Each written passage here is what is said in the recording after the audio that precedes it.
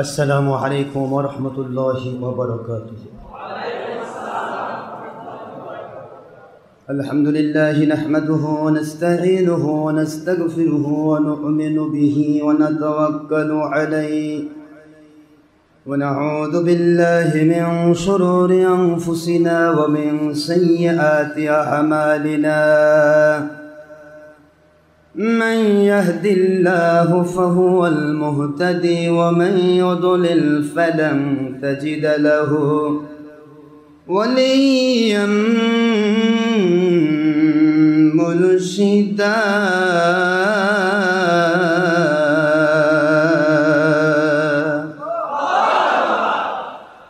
व नशहदु अन ला इलाहा इल्लल्लाहु वहदहु ला शरीक लह व नशहदु अन्ना सय्यदना व सनदना व हबीबना व मौलाना मुहम्मदन अब्दुहु व रसूलुहु अल्लज़ी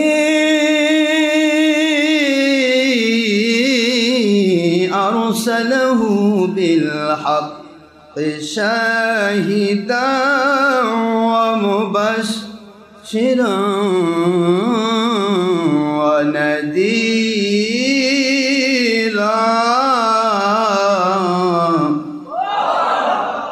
व दाइयन इलल्लाहि बिइज़निहि व सिराजन व शम्सन व नूरन व क़मरन मुनीरा।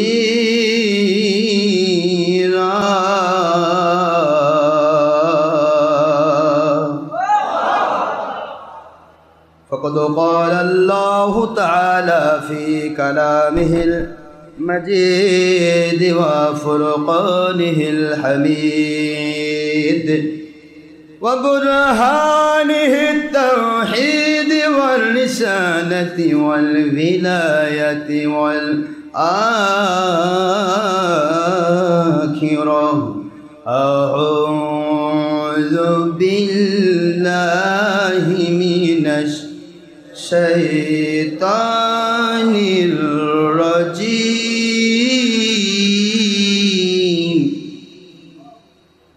बिस्मिल्लाहिर रहमानिर रहीम।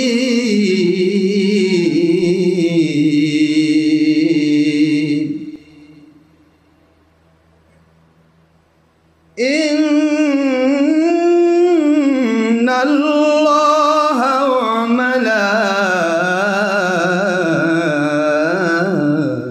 मलाइकतहु युसल्लूना अलन नबी या अय्युहल्लज़ीना आमनू सल्लू अलैहि व सल्लिमू तस्लीमा।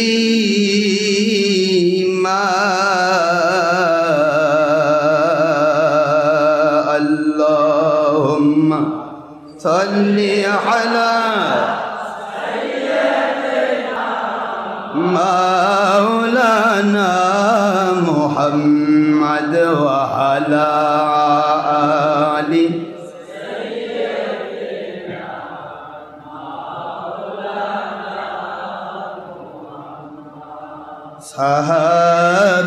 সাহাবীগণ মিলাদ পড়েন নূর নবীজির জামানায়।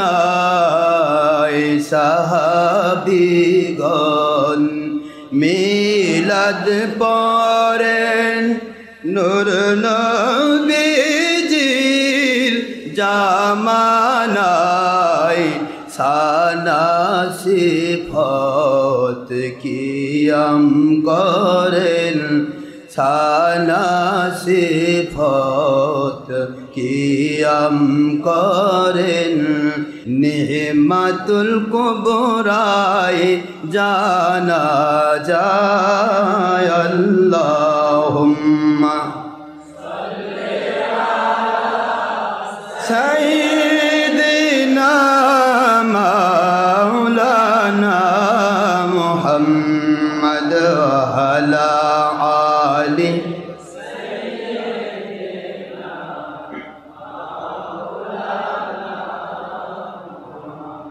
আখেরি নবীজি ওনার উম্মত আমরা কুল সৃষ্টি জগতে নাই যার তুলনা নবীজি ওনার শানে মহব্বতন মিলিত ভাবে দরুদ পেশ করেন সকল ফেরেশতা ও স্বয়ং আল্লাহ রব্বুনা সূরা আহজাবের 56তম আয়াত কুরআন খুলে দেখো না আল্লাহুম্মা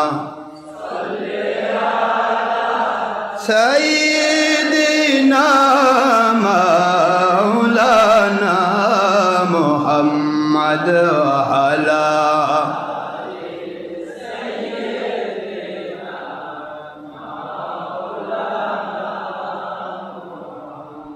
কুরআন হাদিসের হুকুমের পরেও দরুদ সালামের দুশ্মনী করে যারা সাহাবীদের আমলের পরেও দরুদ সালামের বিরোধিতা করে যারা ওরা মুনাফিক মুসলিম নবীজির দুশমন তিরমিজি বলে ওরা বাতিল ফিরকা নবীজির দুশমন সূরা বাকারা 98 আয়াত বলে নবীর দুশমন মুসলিম না আল্লাহুম্মা সাল্লি আলা মাওলানা মুহাম্মদ ওয়া আলা আলি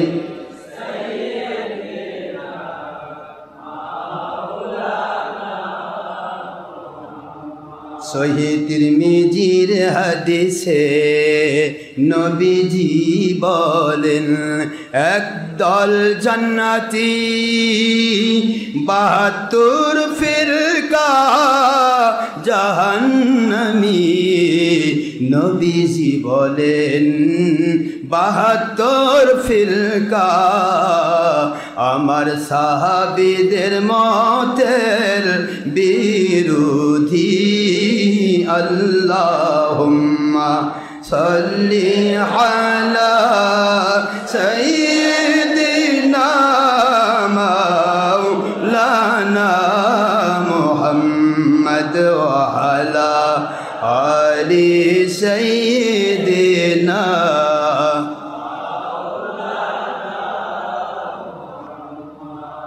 মুআজ্জাজ মুহতারাম প্রিয় সম্মানিত উপস্থিতি মুসলমান মুমিন মুত্তাকি আল্লাহর প্রিয় বান্দাগণ সুদূর ময়মনসিংহ থেকে সুদূর ঢাকা থেকে পাবনা রাজশাহী দিনাজপুর রংপুর গাইবান্ধা নওগাঁ বিভিন্ন ডিস্ট্রিক্ট থেকে সব ডিস্ট্রিক্টের নাম বলা সম্ভব নয় বাংলার বিভিন্ন ডিস্ট্রিক্ট থেকে বিভিন্ন থানা থেকে বিভিন্ন মহল্লা থেকে বগুড়ার বিভিন্ন জায়গা থেকে অনেক এসি মসজিদ অতিক্রম করে নন এসি মসজিদে আল্লাহকে পাওয়ার আশায় স্যাক্রিফাইস করার উদ্দেশ্যে ত্যাগ ও তিতিক্ষার পরাকাষ্ঠা দেখিয়ে সময় ব্যয় করার জন্য অর্থ ব্যয় করে যারা কষ্ট করে এসেছেন এবং দেশ বিদেশ থেকে সুদূর Kuwait, Qatar, Abu Dhabi, Dubai, Saudi Arabia, Riyadh, Mecca, Medina, Canada, European, তারপরে আমেরিকান কান্ট্রি, ইউরোপিয়ান কান্ট্রি, বিভিন্ন দেশ থেকে যারা আল্লাহর সন্তুষ্টির জন্য ছবি ভিডিও হারাম, ছবি ভিডিও মুক্তভাবে doctor Ashraf Siddiqui online radio থেকে বিভিন্ন জায়গা থেকে আমাদের সাথে সম্পৃক্ত রয়েছেন। আমি সকলকে আমার দোয়ার ভিতরে শরিক করছি। মহান আল্লাহ সবাইকে জান্নাতি জীবন, আল্লাহর সন্তুষ্টিপূর্ণ জীবন দান করুন, আমিন। বিরোধী দল, সরকারি দল, আলেম ওলামা, ওলিয়া উলিয়া, সর্বস্তরের আলেম ওলামা, ওলিয়া উলিয়া, জাকিন শাকিন, মুহিব্বিন, ফুরফুরা, মেদিনীপুর, জৌনপুর, সরসিনা, কদরিয়া, চিস্তিয়া, নকশবন্দিয়া, মুজাদ্দিদিয়া, সর্বস্তরের আলেম ওলামা, ওলিয়া উলিয়া, জাকিন শাকিন, মুহিব্বিন, পুরুষ মহিলা, জিন ইনসান, যুবক যুবতী, বৃদ্ধ বৃদ্ধা, ছাত্র ছাত্রী, কিশোর কিশোরী, সর্বস্তরের পেশাগত বিভাজন বিভক্ত সম্মানিত আমার শ্রমিক ডিপার্টমেন্টের সিএনজিওয়ালা, অটোওয়ালা, ভ্যানওয়ালা, রিক্সাওয়ালা, শ্রমিক মজুর কৃষক, হেল্পার, ড্রাইভার, শ্রমিক মজুর কৃষক, চাকরিজীবী, ব্যবসায়ী, জনপ্রতিনিধি, ডাক্তার, ইঞ্জিনিয়ার, ছাত্র, শিক্ষক, প্রফেসর, আইনজীবী, সর্বস্তরের মানুষের জন্য, এমনকি নেপথ্যে কোনো নন মুসলিম, হিন্দু, খ্রিস্টান, বৌদ্ধ, অন্য কোনো ধর্মের মানুষও যদি আমাদের সাথে আল্লাহর সন্তুষ্টির উদ্দেশ্যে লেগে থাকেন অথবা আল্লাহর নবীর দুশ্মনী করেন, ওলিয়া আউলিয়ার দুশ্মনী করেন, এমন ধরনের কোনো বাতিল ফেরকার ভাইরাও যদি লেগে থাকেন, কারো প্রতি আমার কোনো বিষোদগার নেই, কারো প্রতি তিরস্কারও নেই, কারো কাছ থেকে পুরস্কার পাওয়ার আশা নেই। কাউকে আমি পুরস্কারও দিতে পারবো না, তিরস্কারও করব না।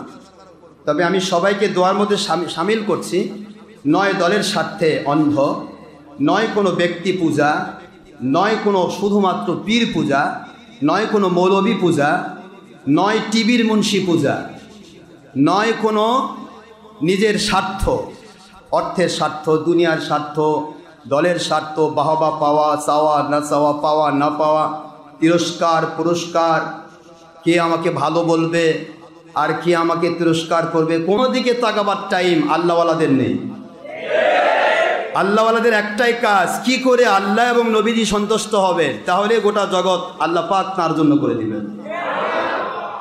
আল্লাহ এবং নবীকে অসন্তুষ্ট করে সারা জগৎ যদি আপনার পিছে ঘোরে, ফেরাউন নমরুদের চেয়ে বেশি কিছু পাওয়া যাবে না, এগুলা ইতিহাস। আর আল্লাহ এবং নবীজিকে পেয়ে যদি একজন লোক আপনার পক্ষে থাকে, অসংখ্য নবী রাসূল বিদায় হয়েছেন একজন উম্মত নিয়ে, আমার আল্লাহ বলেছেন, দাওয়াত দিয়েছেন, আমি যথেষ্ট মনে করেছি আপনার উম্মত নিয়ে আপনি জান্নাতে যান, আর যারা দাওয়াত গ্রহণ করেনি তাদেরকে জাহান্নামে পাকড়াও করার দায়িত্ব আমি নিয়েছি। জোরে বলুন নাউযুবিল্লাহ। সুতরাং নবী রাসূল আলাইহিস সালাম ওনাদের উম্মত হিসেবে, আখিরি রাসূলের উম্মত হিসেবে আমাদেরও দায়িত্ব। কে কি বললো তা দেখার টাইম নেই, আমাদের একটাই কাজ, ভুলে যাওয়া জিনিসগুলি স্মরণ করে দেওয়া, না জানা জিনিসগুলি জানিয়ে দেওয়া, না বোঝা জিনিসগুলি বুঝিয়ে দেওয়া, অথবা জানতেন বুঝতেন আজ থেকে 20-30 বছর আগে আর দাদার সাথে বাবার সাথে পিঠদের পিছে পিছে ঘুরছেন, শবে বরাত, ঈদে মিলাদুন নবী, মিলাদের তবারকের প্যাকেট খেয়ে খেয়ে বড় হয়েছেন, এখন ভুলে গিয়েছেন দলের স্বার্থে। এই কথাগুলি স্মরণ করে দেওয়ার জন্য। কারো ওপর কোনো প্রকার কুঠারাঘাতও নেই, কারো ওপর তলোয়ার দিয়ে আক্রমণও নেই, আবার কারো সাথে আমার আপোষও নেই। আমাদের দায়িত্ব আল্লাহর সন্তুষ্টি কথাগুলি বলিয়ে দেওয়া। এই ক্ষেত্রে যারা আমাদের সাথে সম্পৃক্ত সকলের জন্য শুরুতে আমি দোয়া করছি, মহান আল্লাহ পাক আমাদেরকে তার সন্তুষ্টিপূর্ণ নামাজ, রোজা, হজ, যাকাত, ফরজিয়াত, ওয়াজিবাত, সুন্নিয়াতগুলি পরিপূর্ণভাবে আদায় করার তৌফিক দিন। সুদ, ঘুষ, জেনা, ব্যভিচার, চুরি, ডাকাতি, খুন খারাপি, দেশের ক্ষতি, জাতির ক্ষতি, ইসলামের ক্ষতি, জঙ্গিপনা, সন্ত্রাসীপনা, মানুষ খুন,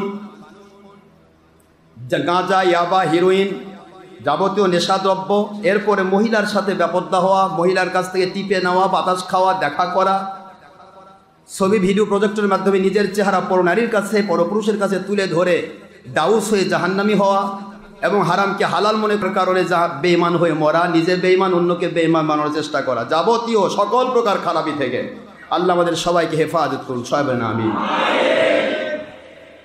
আপনারা কেমন আছেন? সবাই ভালো আছেন? আলহামদুলিল্লাহ। বান্দা যতই অসুখী থাক, যদি সে আল্লাহর শুকরিয়া করে, আল্লাহ খুশি হয়ে তার সমস্ত অসুখীগুলি সুখী করে দেয়। শুকরিয়া করেছেন? আলহামদুলিল্লাহ। তিনি আমাদের মালিক, তিনি আমাদের খলিক।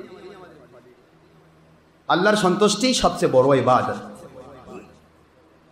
জীবনটাই নবী রাসূল আলাইহিস সালামদের গিয়েছে শুধু যুদ্ধ করে, কখনো শয়তানের সাথে যুদ্ধ, কখনো বন্ধুর সাথে যুদ্ধ, কখনো আপনজন বাপ চাচাদের সাথে যুদ্ধ, কথা বলেন না কেন?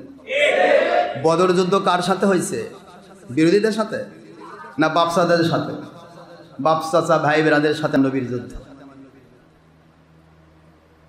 নবী রাসূল আলাইহিস সালামের যারা অনুসারী, যুগে যুগে তাদেরকে এরকম যুদ্ধ করেই মরতে হবে। আমাদের তলোয়ার যুদ্ধ নেই, কিন্তু আমাদের কথার যুদ্ধ, সত্য বলার যুদ্ধ। কথা কি বুঝতে পেরেছেন বাবা? সত্য বলা উত্তম জিহাদ। সত্য গোপনকারী বোবা শয়তান। যে সত্য গোপন করে সে বোবা শয়তান হয়ে মরবে, যত বড় মুন্সি দাবি করুক, আর হুজুর দাবি করুক, আর পীর সাহেব দাবি করুক। সত্য গোপনকারী বোবা শয়তান। বোবা শয়তান হয়ে মরা যাবে না বাবাজি। কমের পক্ষ 3 কন্ডিশনে, একটা কন্ডিশনে থাকে। عن أبي سعيد الخدري رضي الله تعالى عنه مرفوعا قال سمعت رسول الله صلى الله عليه وسلم من رأى منكم منكرا فليغيره بيده فإن لم يستطع فبلسانه وإن لم يستطع فبقلبه ذلك أضعف الإيمان।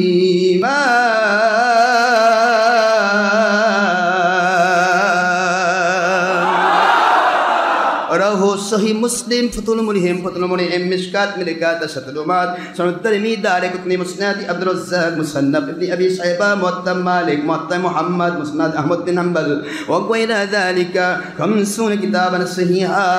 আমার আল্লাহর বন্ধু বলেন, দুনিয়ার মুসলমানেরা, মুমিনেরা শুধুমাত্র দুনিয়ায় খেল তামাশায় মগ্ন থাকার জন্য পাঠায় নাই। আমার আখেরি নবী আমার বন্ধুকে পাঠাইলাম তোমাদেরকে সংশোধন করার জন্য। তোমাদেরকে যেই কথাগুলি বলছেন আমার নবী, ওইগুলি তোমরা গ্রহণ করো, আর আমার নবী যা নিষেধ করেন তা তোমরা ছেড়ে দাও। তাহলেই তোমরা আমি আল্লাহর কাছে জান্নাতি হতে পারবে। জোরে বলুন সুবহানাল্লাহ। আল্লাহর বন্ধুর ব্যাপারে আল্লাহ পাক সূরাতুল হাসর 7 নম্বর আয়াত স্পষ্ট করে দিলেন। 28 পারা, ও মা আতাকুমুর রাসূল ফাখুযুহু ওয়া মা নাহাকুম আনহু ফান্তাহু।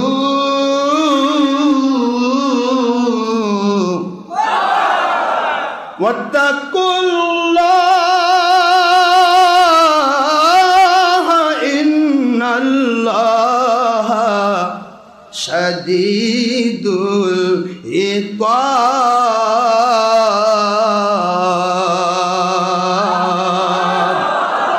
আল্লাহ পাক বলেন, আমার বন্ধু যা তোমাদের কাছে নিয়ে আসেন, যা তিনি আদেশ করেন তা তোমরা গ্রহণ করো, আর যা তিনি নিষেধ করেন তা তোমরা পরিত্যাগ করো। স্বার্থের বিরুদ্ধে যাক, স্বার্থের পক্ষে যাক, যদি নবীর কথা মেনে নাও তুমি মুসলমান, নবীর কথা না মানলে তুমি মুসলমান হতে পারবে না। নবীজি সাল্লাল্লাহু আলাইহি ওয়াসাল্লাম যা বলেন তা মেনে নেওয়া মুসলমানের দায়িত্ব, ফরজ। কে ফরজ করে দিলেন? আল্লাহর আদেশ মানা কি আব্বাজান? আল্লাহর আদেশ মানা। তা আল্লাহ তো বলে মা আতাকুমুর রাসূল ফাখুযু, নবী জানিয়ে এসেছেন যা বলেন তা গ্রহণ করো। আমার নবী বলার পরও যদি কেউ কয় না, আল্লাহর কুদরত কত কঠিন, কারো কাছে অনুরোধ জানে না, জি বাবা দয়া করে একটু আমাকে মানো, তোমাদেরকে অনুরোধ করছি আমার এই খারাপ কাজটা করো না, না এইটা করো, আমি মালিক, তোমার পুরা শরীরের মালিক, যদি করো আমি আল্লাহ তোকে সুস্থ রাখবো। করবে না, আমার সাথে বিদ্রোহ করবে, মুহূর্তের মধ্যে কলবের মধ্যে ছোট্ট একটা টিক শব্দ দিয়ে দিব, কবরের মধ্যে ঢুকবি, কেউ বাঁচাতে পারবে না। এক ডাকে একটা মুহূর্তে বসে একটা উট গোটা পুরে চিবিয়ে খাইতো সেই আদ জাতি। আল্লাহ কয় বেশি কিছু করিনি, খালি অহংকার করছিল, খালি অহংকার। আমরা পাহাড়ের চাইতে বড়, আমাদের চাইতে কে কি হতে পারে? আমার আল্লাহ কয় কেমন পাহাড়ের চাইতে বড় দেখতো একটু, শুধু 2 পাহাড় দিয়ে একটা বাড়ি মারলেন, একটার পর একটা আছাড় খাইয়া সব আলাদা হয়ে গেল, হাড় গোড় শূন্য বিশূন্য ওরা জাহান্নামী হইল। নাউজুবিল্লাহ বলবেন না? ওয়াইলা আদিন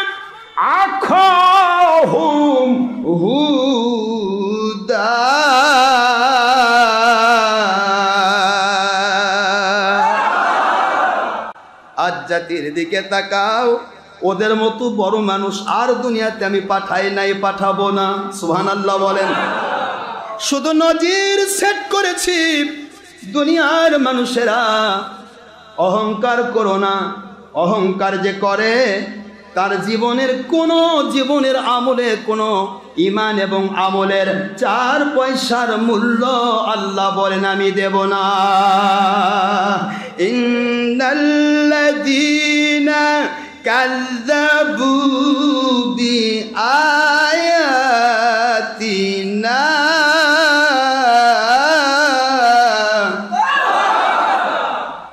কার কথা? ওয়াস্তাকবারু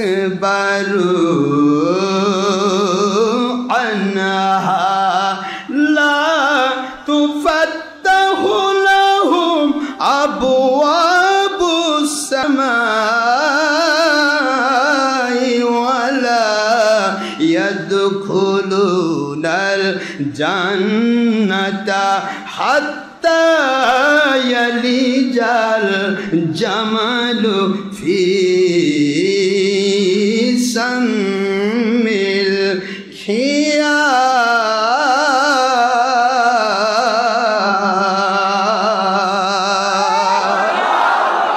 ওয়া কাযালিকা নাজজিল মুজরিমিন।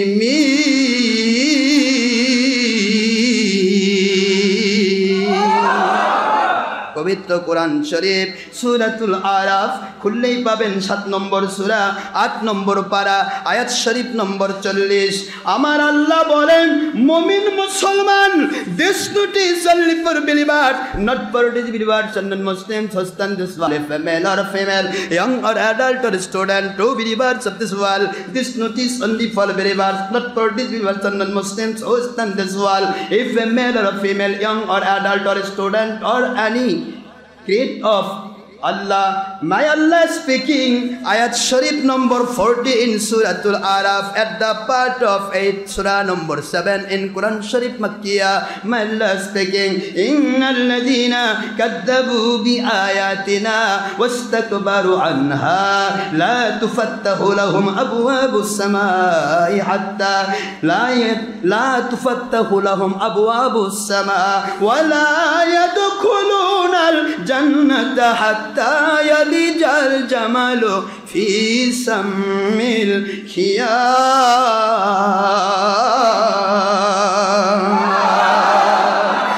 wa kadhalika najzil mujrimin।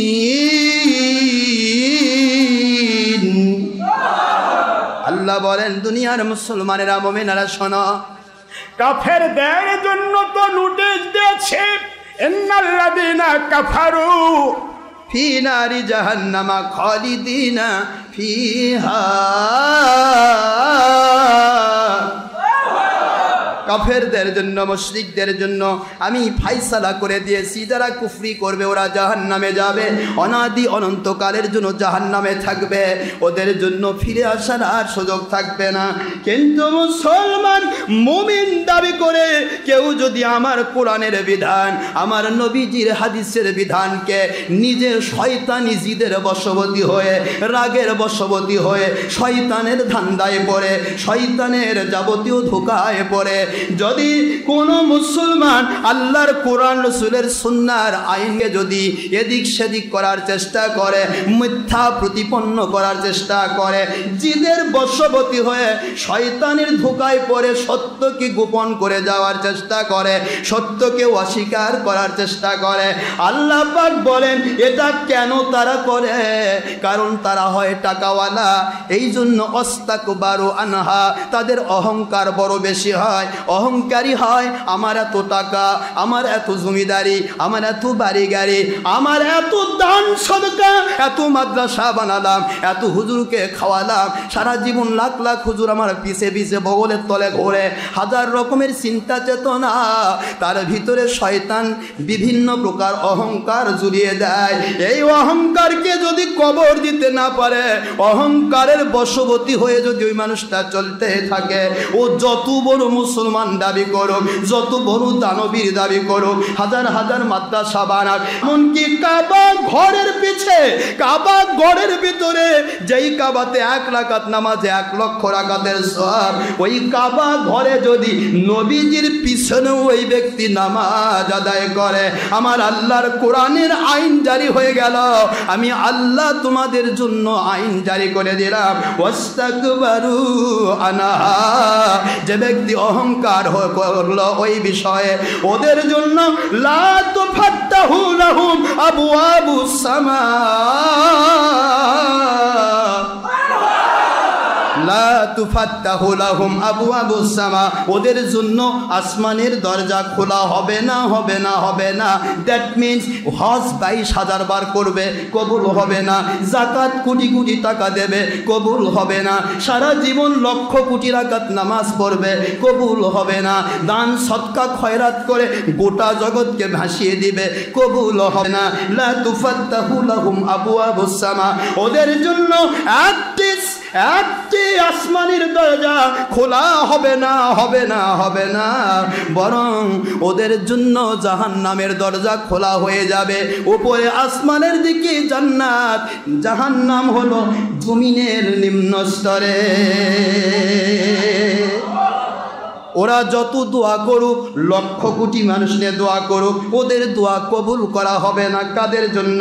যারা মুসলমান দাবি করেও জিদের বশবর্তী হয়ে অহংকার করে, মানুষকে মানুষ মনে করে না, তুচ্ছ তাচ্ছিল্য করে, দুনিয়াতে ইসলামী ধারাকে গ্রহণ না করে শয়তানি জিদকে প্রাধান্য দিয়ে নিজের মাতবরীকে প্রচার প্রমাণ করার চেষ্টা করে। আমার আল্লাহ পরিষ্কার করে বলেন, ওদের কোনো আমল আমি কবুল করব না, করব না, করব না। আর ওরা যদি জান্নাতে যেতে চায়, ওদের জান্নাতে যাওয়ার মিশন হলো ওয়ালা ইয়াদখুলুনাল জান্নাহ, জান্নাতা, ওরা জান্নাতে প্রবেশ করবে না হাত্তা ইয়ালিজাল জামালু ফি সামিল খিয়াম।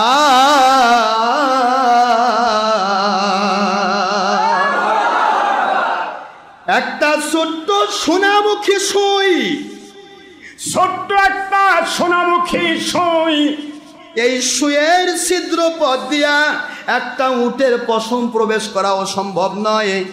আমার আল্লাহ বলেন, ছোট্ট সোনামুখী সুয়ের পিছন সাইড ছিদ্র দিয়া একটা বিশাল দেহি আরাবিয়ান উট প্রবেশ করা যত অসম্ভব ব্যাপার, তার চাইতেও বেশি অসম্ভব ব্যাপার মুসলমান দাবি করে, মৌলভী দাবি করে, পীর সাহেব দাবি করে, দুনিয়ার হাজার হাজার লাখ লাখ কোটি কোটি মানুষের বাহবা পাওয়ার আশায় যারা ইসলামী শরীয়তের হালাল হারাম উল্টা পাল্টা করে ফেলে, ইসলামী শরীয়তের হালাল হারাম উল্টা পাল্টা করে ফেলে, সত্যকে অসত্য, অসত্যকে সত্য জানায়। দুনিয়ার মুসলমানেরা শোনো, এদের জন্য জান্নাতে যাওয়া ততটা অসম্ভব, যতটা অসম্ভব একটা সূচের ছিদ্র পথ দিয়া বিশাল দেহি উট প্রবেশ করা। নাউজুবিল্লাহ বলুন। وَكَذَلِكَ نَجْزِي الْمُجْرِمِينَ।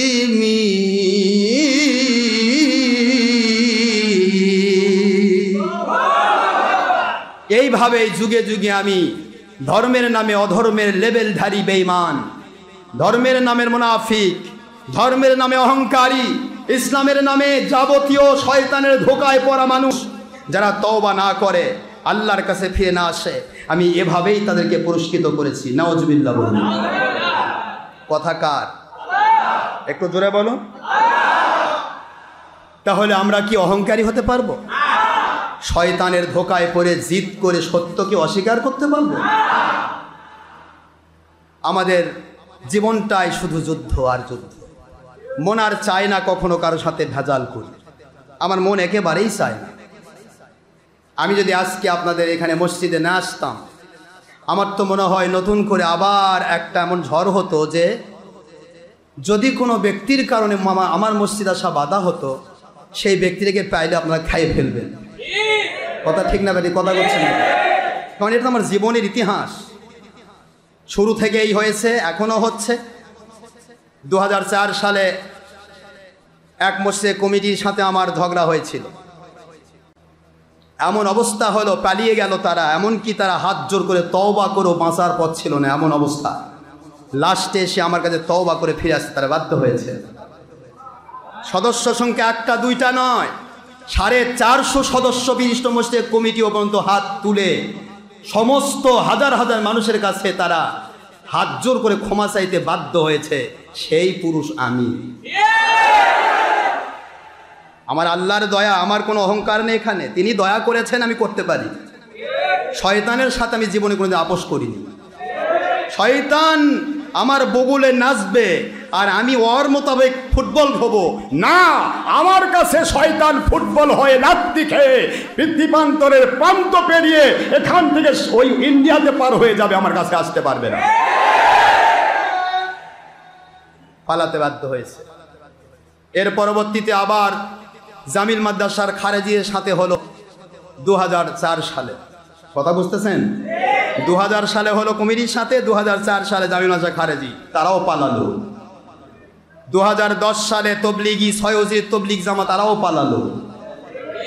কথা কি বুঝতে পেরেছেন? 2016 সালে শিববাড়ি কাটনাপাড়া গোস্তান কমিটি, তারাও ভয়ে পালালো। এমন কেউ নাই পালায়নি। ডক্টর মোহাম্মদ আশরাফ আলী মোল্লা সিদ্দিককে ভয় দেখাবে এমন প্লেয়ার জমিনে তৈরি হয় না ইনশাআল্লাহ। সেটা যে কেউই হোক, সেটা শয়তান হতে হবে। আর শয়তানের চক্রান্ত, ইন্না কাইদা শয়তানে কানা দাইফা, শয়তানের চক্রান্ত দুর্বল। মাথালুহুম কা মাথালিল আনকাবুত। ইবলিস শয়তান হলো সকল বাতিল ফেরকার ওস্তাদ। আর সেই ইবলিস শয়তান তাদের উস্তাদ, তাদের জুম, তাদের আব্বা ইবলিস। ইবলিসের ব্যাপার আল্লাহ বলেন, ইবলিসের চক্রান্ত হচ্ছে আল্লাহওয়ালার কাছে মাকড়াসার জালের মতো দুর্বল। মাকড়াসার জাল যদি গোটা ঘর বেরিয়ে যায়, বাড়ির একটা খোঁড়া মানুষ হলেও একটা ল্যাংড়া ঝাড়ু দিয়া চারদিকে 4 বাড়ি দিলে মাকড়াসার জাল সব শেষ। তো ইবলিস বাতিল 72 ফেরকার উস্তাদেরই যদি এই অবস্থা, তাহলে বাতিল 72 ফেরকার অবস্থা কি? আমার আল্লাহ বলেন, টেনশন করো না, আমার জীবনটা বড় কঠিন। আমি কোনোদিন বাতিলের সাথে আপোষ করিনি, করবো না কোনোদিন। তবে আর কোনোদিন ভেজাল করবো না, কাউকে আমি কষ্ট দিতে চাই না, যার কারণে আমি আসতে বাধ্য হলাম। তাছাড়া আমার মনটা চেয়েছিল না যে আমি মসজিদে আসি। আমার জীবনটা এমন নয় কোনো ভিখারি যে ভাই একটু ভিক্ষা দেন ভাই, করে খাই ভাই, এরকম নয়। আমার আল্লাহ বলেছেন নাহনু আগনিয়া, আমি আল্লাহ ধনী, আমার নবীকে ধনী বানাইছি। আর আল্লাহ এবং নবীর সাথে উলিল আমরে মিনকুম, যারা আল্লাহ এবং নবীর সাথে কানেক্টেড, সেই ওলি আউলিয়া ধনী। ও আনতুমুল ফুকারা, দুনিয়ার বাদশা থেকে শুরু করে সকল 2 নম্বর লোকেরা সব তোমরা ফকিরের জাত, ফকিরের জাত, ফকিরের জাত।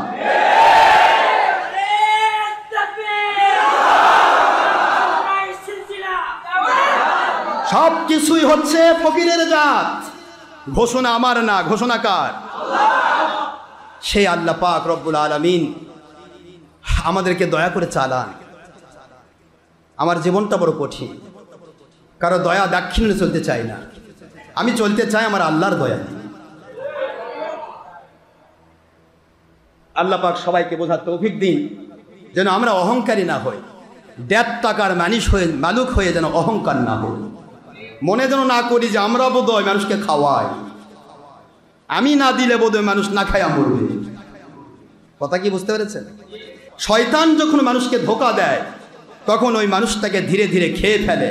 প্রথমে তাকে নফসের তাড়না দিয়ে শয়তান আল্লাহওয়ালাদের বিরুদ্ধে তার ভূমিকা পালন করাবে, এরপর আল্লাহর ওলিদের বিরুদ্ধে যাবে, এরপর নবীর বিরুদ্ধে যাবে, এরপর আল্লাহর বিরুদ্ধে যাবে, তারপরে সে জাহান্নামে ঢুকে ধ্বংস হয়ে যাবে।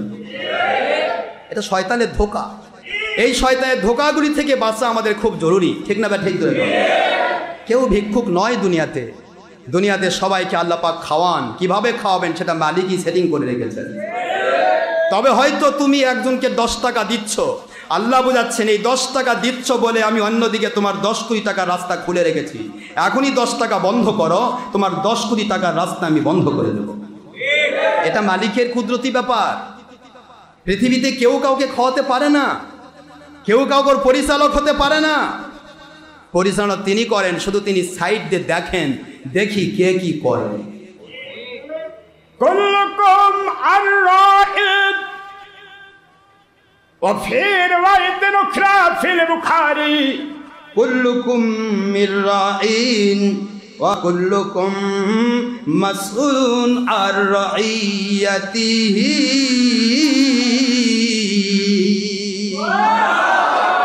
দুনিয়ার মুসলমানেরা রে, নিজেকে মাতবর মনে করো না।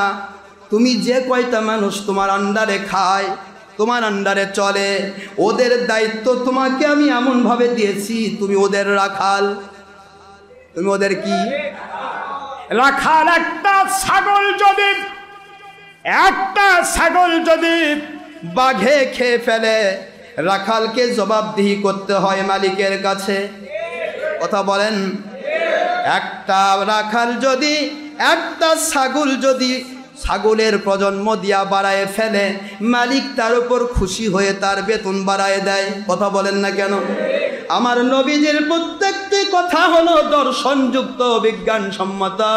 হুজুর বললেন তোমরা প্রত্যেকেই এক একজন রাখাল, আর প্রত্যেকের রক্ষণাবেক্ষণের ব্যাপারে আল্লাহর কাছে জবাবদিহি করতে হবে। কারণ তুমি মালিক নাও। এখন তোমাকে আমি 10 টাকার মালিক বানাইছি, আর ভাবতেছো আমি কি ব্যাগটা হয়ে গেছি। আমার আল্লাহ বলেন খবরদার, পূর্বের ইতিহাস স্মরণ করো, তোর জীবনটা কেমন ছিল। আজকে তুই সঠিক পথ পাইয়া যদি আল্লাহকে ভুলে যা, একটু খালি অবস্থাটা দেখেন। দুনিয়াতে যেখানে আসো সকলে তোমরা একজন আরেকজনের পরিচালনায় পালন করছো, তারা রাখাল। রাখালের দায়িত্ব হলো কে করে তার ছাগলগুলো ঠিক থাকবে। কোন ছাগলটি পেট ভরে খালো, কোন ছাগল পেট ভরে খাবার পেল না, এটাও রাখালকে জবাবদিহি করতে হবে। এক ছাগলকে পেট ভরে খাওয়াবে, আরেক ছাগলকে না খাওয়ায় রাখবে। আমার আল্লাহ বলেন তুমি তো রাখালের দরকার নাই, তুই রাখালি করার যোগ্যতা হেরে ফেলেছিস। কারণ তুই হলি পক্ষপাত দোষে দুষ্ট। তোকে যারা চামচাগিরি বেশি করবে, তো খোসামত করবে, তোর জুতা নিয়ে বেশি ঘুরবে, তাক তুই প্রাধান্য দিবি। আর যে ব্যক্তি আল্লাহ এবং রসুলের সন্তুষ্টির উপর থাকবে, কাউকে তোষামত খোসামত জানে না, তাকে তুই তুচ্ছ তাচ্ছিল্য করবে। তোর মতো রাখালি করার দায়িত্ব এবং অধিকার কোনোটাই না। একজনকে নুনের চোখে দেখা আর আরেকজনকে মিষ্টির চোখে দেখা, এটা রাখালের কাম নয়। বুখারী শরীফে হাদিস বলছি, কুল্লুকুম মির রাইন ওয়া কুল্লুকুম মাসউলুন আর রাইয়াতিহি। তোমাদের প্রত্যেকেই একজনকে রক্ষক, সেটা বাদশা হও প্রজার জন্য, ডিসি হও তার এলাকার জন্য। কথা কি বুঝতে পেরেছেন? মাদ্রাসা পরিচালক হও তার মাদ্রাসার কর্মচারী কর্মকর্তার জন্য, মসজিদের পরিচালক হও তার মসজিদের কর্মকর্তা কর্মচারীর জন্য। যেখানেই যে দায়িত্ব আছো, মেম্বার হও তোমার এরিয়ার জন্য, চেয়ারম্যান হও তোমার এরিয়ার জন্য, শিক্ষক হও তোমার ছাত্রছাত্রীর জন্য। আমি তোমাকে রাখাল বানিয়েছি, মনে করো না তুমি কি ব্যাগটা হয়ে গেছো। তোমাকে আমি রাখালি দিয়েছি, দেখি কেমন পালন করো। তোমার অবস্থার উপরে আমি তোমার পরিবর্তন ঘটাবো। নাউজুবিল্লাহ। এই জন্য আমাদেরকে শিখতে হবে। বুখারী শরীফের একটা হাদিস পড়লাম, শুকরিয়া করেন আলহামদুলিল্লাহ। দরুদ সালাম পড়ে জাহানের সাইয়্যিদ, যে নবীর উপর একবার দরুদ পড়লে কমের পক্ষে 10 ঊর্ধ্বে 70 বার রহমত নাজিল হয়। আল্লাহ বলেছেন সূরাতুল আহজাব 33 নম্বর সূরা 22 নম্বর পারা, আয়াত শরীফ নম্বর 56, মদিনা অবতীর্ণ সূরা। আপনারা সবাই জানেন আল্লাহর আদেশ মানা ফরজ। আল্লাহ বলেছেন ইন্নাল্লাহা নিশ্চয় আল্লাহ পাক ওয়া মালাইকাতাহু এবং তার ফেরেশতাগণ ইউসাল্লুনা আলান নবী, আখিরি নবীর উপর দরুদ শরীফ পেশ করছেন, কিয়ামত পর্যন্ত করতেই থাকবেন। সুবহানাল্লাহ। ইয়া আইয়ুহাল্লাযীনা আমানু, হে মুমিনেরা, নুরিস্তা মুমিনদের জন্য দরুদ সালাম যে পড়বে বা পক্ষে থাকবে সে মুমিন, আর দরুদ সালাম যে পড়বে না বা পক্ষে থাকবে না সে কাফের। কথাটা কার? ডাকছেন কাকে? ইয়া আইয়ুহান নাস না ইয়া আইয়ুহাল্লাযীনা আমানু? হে মুমিনেরা, সল্লু আলাই, আখেরি নবীর উপর দরুদ শরীফ পেশ করো, ওয়া সাল্লিমু তাসলিমা, এবং আদবের সাথে দাঁড়িয়ে দাঁড়িয়ে আমার নবীকে সালাম দিতে থাকো। নবীর সামনে সালাম দেওয়া আদব দাঁড়িয়ে না বসে না শুয়ে থাকে? কথা বলেন না কেন? আপনার আব্বা যদি আসে আপনি শুয়ে থাকে সালাম দিবেন না বসবেন কমের পক্ষে? তা আব্বা যদি বসে দেন তাহলে আব্বার চেয়ে বড় নবী নাকি আব্বার চেয়ে ছোট নবী? তাহলে নবী তো স্বাভাবিকভাবে দাঁড়িয়ে দেওয়া লাগে। দাঁড়িয়ে বসে এখানে আবার উত্তর নিয়ে আসছে এক শ্রেণী আমার ভাইয়েরা, আমি কাউকে কষ্ট দিতে চাই না, বেশি অল্প বিদ্যা ভয়ঙ্করী, কথায় কথায় ডিকশনারি হতে হাতি ঘোড়া হলো তোর ইন্দুরে কয় এইটুকু জল। A little learning is a dangerous thing. এক শ্রেণী ভাই আছে আমার, কয় যে ইব্রাহিম, দরুদ ইব্রাহিম পড়লে যথেষ্ট। আমি বলি দরুদ ইব্রাহিম পড়লে যথেষ্ট তোর কোন আব্বা শিখাইছে? তোর আব্বা কি আল্লাহ চেয়েও বলো? আল্লাহ তো সূরা আহজাবের 56 নম্বর আয়াতে বললেন ইউসাল্লুনা আলা নবী, আখেরি নবীর উপর দরুদ শরীফ আল্লাহ পেশ করেন, রহমতের ফেরেশতা পেশ করেন। হে মুমিনেরা সাল্লু আলাই ওয়া সাল্লিমু তাসলিমা, আমার আখেরি নবীর উপর দরুদ পেশ করো এবং আখেরি নবীকে আদবের সাথে দাঁড়িয়ে সালাম দাও। আদেশটা তো আল্লাহ করলেন, তো এখানে ইব্রাহিম আসলো কোত্থেকে?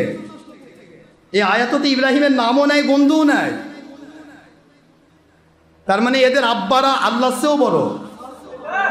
নাউজুবিল্লাহ বলে না কেন? কি বড় বড় হুজুর একজন টিভির পর্দায় বসে থেকে ফতোয়া দেয়।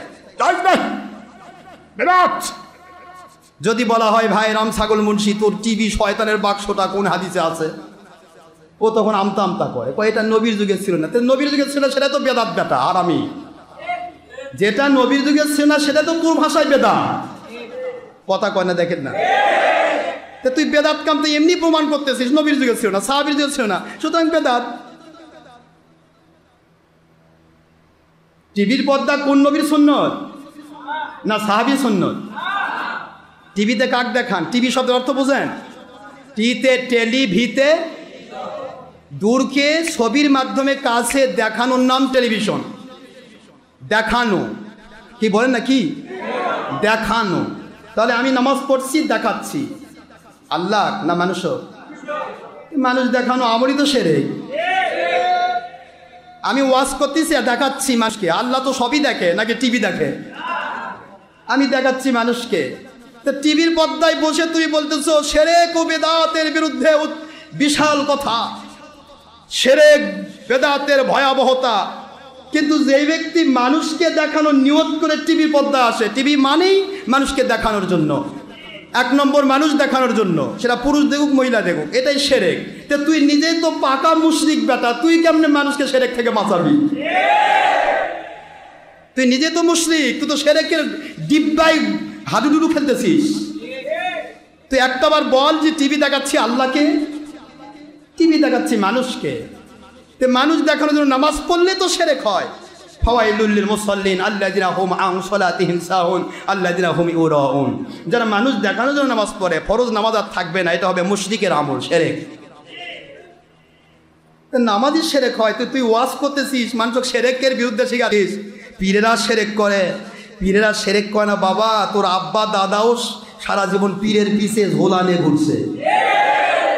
তুই যেই মুন্সি আজকে টিভির পর্দায় পীরদের বিরুদ্ধে বিষোদ্গার করছিস, তুই দুই পুরুষ আগে দেখ, তোর বাপ দাদারা সবাই পীরের পিছনে পিছনে ঘুরছে এবং বাংলার জমিনে কোরআন সুন্নাহ নিয়ে যেছে পীরেরা, পীরেরা, পীরেরা। তোর বাপ দাদা ছিল 100% হিন্দু, ওই হিন্দুকে কলমা পড়ে যে মুসলমান না বানাতো পীরেরা। আজকে যে পীরের বিরুদ্ধে তোরা টিভির মধ্যে ফতোয়া দিচ্ছিস, তোদের মতো মুন্সি আর ফতোয়াবাজ হতে পারতিস না। তোদেরকে অমুক নারায়ণ চক্রবর্তী করে ডাকতো মানুষ। হিন্দুর বাচ্চা হিন্দু ছিলি, তোকে মুসলমান বানাইছেন পীরেরা। আজ কোচ পীর খারাপ, তাহলে তোর বাপদাদা পীরে মুসলমান বানাইছে। তাহলে তোর বাপদাদা যদি বেঈমান থাকে, বেঈমান যদি জন্ম দেয় কোনো সন্তানকে, সে সন্তানটা ভালো সন্তান না, ওটা অবৈধ সন্তান। তাহলে তোর পজিশন আরো ভালো উপরে লেভেল উঠবে, তুই অবৈধ পারিস না। টিভির পর্দায় বসে এক একজন ফতোয়া দেয়। আর আমাদের কিছু সলচাত্রী বাস ধান্দাবাজ কিছু মানুষও আছে, টিভিওয়ালা মুন্সির পক্ষে দৌড়ায় খালি। কুল্লু মুসাওয়াবিন ফিন্নার, এই কথা কি আমার না নবীজি? নবীজি সাল্লাল্লাহু আলাইহি ওয়াসাল্লাম বলেছেন যে প্রত্যেকটা ছবির সাথে, প্রাণীর ছবির সাথে যুক্ত মানুষ জাহান্নামী। সহিহ বুখারী, মুসলিম, তিরমিজি, ইবনে মাজাহ, আবু দাউদ, নাসাই, সিয়াজাত, সকল হাদিস প্রায় 353টি হাদিস। এই কুল্লুন মানে কি? কুল্লুন মানে কি? ইল্লা আব্দুর রাজ্জাক। কথা কোনা দেখেন নাকি? কুল্লুন শব্দের অর্থ কি? ইল্লা আশরাফ সিদ্দিকী, ইল্লা ওই আব্বাসি টিভি, ইল্লা কওমি টিভি, ইল্লা লামাজহাবি টিভি, ইল্লা তাওহিদ ওহাবি টিভি, ইল্লা সরমনাই টিভি। আল্লাহ হাবিব তো বলছে কুল্লু, কথা কয় না, দেখেন না কুল্লু মানে কি? সব ছবিওয়ালারা জাহান্নামী। তোর পীড়িত তো জাহান্নামে যাচ্ছে না বেটা, তোর কেমনে, তোর পীড়িত তো জান্নাতে যাচ্ছে না, তোর কেমনে জান্নাতে নিয়ে যাবে? তোর পীর একদিকে হারামকে হালাল বলার কারণে কাফের, আরেকদিকে সত্যকে মিথ্যা বলার কারণে কাফের, আরেকদিকে মানুষকে দেখানোর জন্য আমল করে মুশরিক, আরেকদিকে নবীর সময় ছিল না বলে বেদাতি, আরেকদিকে নিজের চেহারা পরনারীর কাছে দেখাচ্ছে। সূরা নূরের 31 নম্বর আয়াত অস্বীকারী পরনারীকে নিজের চেহারা তুলে ধরলে সে দাউস হয়, আর দাউসুল লা ইয়াদখুলুল জান্নাহ, দাউস জান্নাতে যাবে না, সে দুনিয়ার সব আমল করুক না কেন। তোর পীর একটা দাউস, তোর মুন্সি একটা দাউস, তোর আব্দুল রাজ্জাক একটা দাউস, পাকা মুশরিক। টিভির মধ্যে প্রজেক্টরের ভেতরে যে মুন্সিরা আছে ওদের প্রতি আমার 100 কোটি টাকার চ্যালেঞ্জ রইল। ওরা নিজেদেরকে মুসলমান পুরা করা, মুসলমান দাবি করা ওদের পক্ষে সম্ভব নয়। মুসলিম দাবি করা কঠিন। আর আমরা আমার আল্লাহর কোরআন রসুলের সুন্নাহর ডকুমেন্ট দিয়ে সত্যের উপর চলি, যার কারণে তোমাদের মতো ধান্দাবাজের চোখে আমরা ভণ্ড। কারণ তোমার শয়তানি ধরা পড়ে যাচ্ছে। টিভির পর্দায় বসে দরুদ সালামের বিরুদ্ধে ফতোয়া দেয় ইব্রাহিম, কই দরুদ ইব্রাহিম। আমি এক জায়গায় জিজ্ঞাসা করলাম, ভাই ইব্রাহিম কবে থেকে আসলো? এই দরুদের নাম তো দরুদের সলাত, সলাতের মধ্যে যে দরুদ পড়া হয় এটার নাম দরুদের সলাত। তা আপনি ইব্রাহিম পালেন কোথায়? না না, ইব্রাহিমের নাম আছে এই দরুদে। আমি তাই নাকি? আচ্ছা দেখি তো ইব্রাহিমের নম্বর কত নম্বর? আল্লাহুম্মা সাল্লি আলা ইব্রাহিম না মুহাম্মদ ওয়া আলা আলি কামা সাল্লাইতা আলা ইব্রাহিম। প্রথমে মোহাম্মদ, তারপরে নবীর আওলাদ, মোহাম্মদের আওলাদ, তারপরে 3-4 নম্বরে যায় ইব্রাহিম। তো তুই 4 নম্বর নাম নিয়ে আসে দরুদের নাম ইব্রাহিম বানালি, তো মুহাম্মদ সাল্লাল্লাহু আলাইহি ওয়াসাল্লামের উম্মত তুই কবে থেকে? তুই তো মুহাম্মদের উম্মত নাই বেটা, তুই তো ইব্রাহিমের উম্মত। আরে কথা কোনা দেখেন কি হলো? প্রথমে তো এটার নাম ছিল দরুদ ইব্রাহিম না বলে মুহাম্মদ বলা উচিত ছিল। আল্লাহুম্মা সাল্লি আলা মুহাম্মদ ওয়া আলা আলি কামা সাল্লাইতা আলা ইব্রাহিম। 5 নম্বরে যাবে ইব্রাহিমের নাম, আর সেটা টানে এসে কয় দরুদ ইব্রাহিম। তার মানে এরা কি মুহাম্মদ সাল্লাল্লাহু আলাইহি ওয়াসাল্লামের ভক্ত না দুশমন? সব জায়গায় বাতিল ফেরকা আষ্টে পিষ্টে ধরা খাইছে। আমাদের আব্দুর রাজ্জাক সুনুন মুন্সি বলতো মাযহাবের বিরুদ্ধে সারা জীবন। কয়েকদিন আগে বেটা বলতেছে আল্লাহ আল্লাহ আল্লাহ, আল্লাহর কসম, আল্লাহর কসম, আল্লাহর কসম। আমি কোনোদিন মাযহাবের বিরুদ্ধে বলি নাই। সারা জীবন মাযহাবের বিরুদ্ধে বলছে, এটা তার বাহিনী সবাই জানে। এরা কয় নম্বর ছলচাতুরিবাজ, ধান্দাবাজ, 2 নম্বর মুন্সি একটু চিন্তা করেন। মানুষকে ধোকা দিতে এরা ধরা খায়। মন খারাপ করবেন না। পৃথিবীতে কেউ লামাযহাব হয়ে, আহলে হাদিস হয়ে, হানাফি হয়ে, পীর মুরিদি নিয়ে, কোনো মুন্সি হয়ে পৃথিবীতে নাজিল হয়নি। কুল্লু মাউলুদুন ইউলাদু আলা ফিতরাত। প্রত্যেকটা মানুষ জন্ম নিয়েছে বুখারীর হাদিস মোতাবেক আল্লাহর সন্তুষ্টিপূর্ণ ইসলামের ওপরে। কোরআন সুন্নাহ ইজমা কিয়াস সম্মত জীবন যে যাপন করবে সেই ব্যক্তি জান্নাতি। কোরআন সুন্নাহ ইজমা কিয়াস সম্মত জীবন যাপন যে করবে না সে ব্যক্তি জাহান্নামে যাবে। নাউজুবিল্লাহ, জোরে বলেন। প্রশ্ন হলে এগুলি ব্যাপার। আমরা আপনাদের জন্য এইটুকু বলতে চাই, আমি কাউকে কষ্ট দেব না। আমার জীবনে বহুত যুদ্ধ করেছি, জেহাদ চালিয়ে গিয়েছি, তবে বাতিল 72 ফেরকার সাথে আমার আপোষ নেই।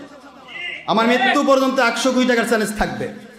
চ্যালেঞ্জের মূল ব্যাপার হলো শুধুমাত্র তোমরা যেহেতু সরকারের তলবিবাহী, তোমরা সরকারের জুতা নিয়ে ঘোরো, যাই সরকারিতে আসুক। যখন বিরোধী দল সরকারে আসে বিএনপি, তখন তোমরা ঐক্যজোট সেজে তার জুতা নিয়ে ঘোরো। আর যখন আওয়ামী লীগ ক্ষমতায় আসে তখন হেফাজতি সাজে তার জুতা নিয়ে ঘোরো। তো তোমরা সরকারের তলবিবাহী। সরকারের কাছ থেকে একটা পারমিশন কপি নিয়ে আসো যে ডক্টর আশরাফ সিদ্দিকী আমাদের সাথে বাহাস করতে চায়। বাহাসের একটাই বিষয় থাকবে, ডক্টর আশরাফ সিদ্দিকী বনাম ওহাবি, খারেজি, তবলিগি, সুরমুনায়, হেফাজতি কওমি। এই বিষয় কে হক কে বাতিল, কি বলেন? সাবজেক্ট কি? সাবজেক্ট কি? কে হক? বাস। তোমরা 5000 মুন্সি মিলে যতগুলা কথা বলবা, সময় মাফিক আমি একাই ততগুলা সময় পাবো ইনশাআল্লাহ। একটার পর একটা তোমাদের মাথা থেকে পা পর্যন্ত তোমাদের দল, তোমাদের ব্যক্তিগত জীবন যদি আমি ন্যাংটা না করতে পারি কোরআন সুন্নাহ দিয়ে, একবারে ন্যাংটা করে ছাড়বো। হাদিস খুলবো, তোর গোটা জীবনে পুরা জিন্দগি খুলে ফেলবো আমি, কিন্তু আমার মাথা থেকে পা পর্যন্ত একটা হাদিসের বাইরে বের করতে পারবি না। ইনশাল্লাহ বলেন না জোরে। আমি কোনো দলের ক্যানভাসার নই, কোনো ব্যক্তির ক্যানভাসার নই, কোনো সরকারের ক্যানভাসার নই, কোনো বিরোধী দলের ক্যানভাসার নই। আমি ক্যানভাসার আমার মালিক খলিক রব আল্লাহ রব্বুল আলামিন হোনা। তোমরা যদি দুনিয়ার কোনো দলের ক্যানভাস করে হেলিকপ্টারে ঘুরতে পারো, আমি আমার মালিকের ক্যানভাস করে সারা জগৎ ঘুরতে পারি। কারণ তোদের দলের মুরব্বী আর তোদের সরকার প্রধান আর তোদের বিরোধী প্রধান আমার আল্লাহর চাইতে বড় নয়।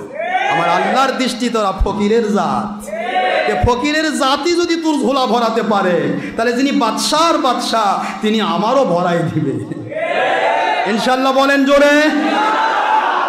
কত পাওয়ার এক এক মুন্সির, খাই লাপায়, টিভির পর্দায় গলাবাজি করে। হকি কই ভাই কার পাওয়ারে গলাবাজি করতেছি, তাহলে কবে যে আমি একটা দলের ক্যানভাসার, কথা বলবে।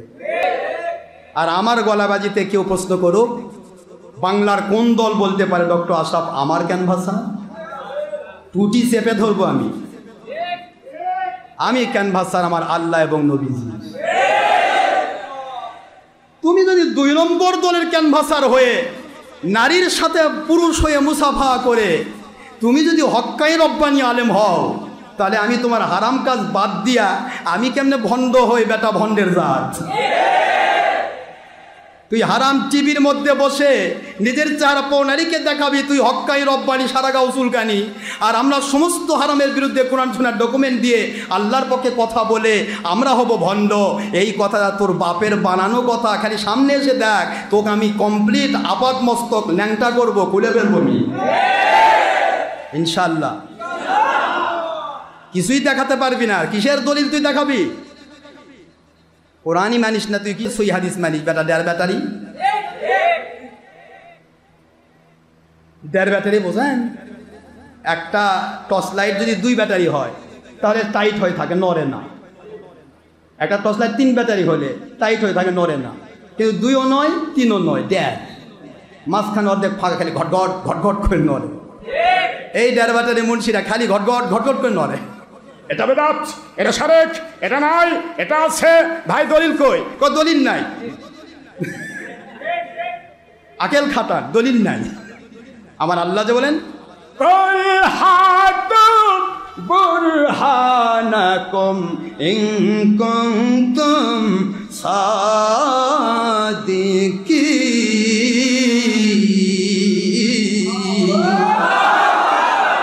আমার আল্লাহ তো বলে দিলেন কোরআন শরীফের সূরাতুল বাকারা 2 নম্বর সূরা 1 নম্বর পারা মদিনা অবতীর্ণ সূরা আয়াত শরীফ নম্বর 113, কোরআন শরীফের 20 নম্বর পারা 27 নম্বর সূরা সূরাতুন নামল আয়াত শরীফ নম্বর 64।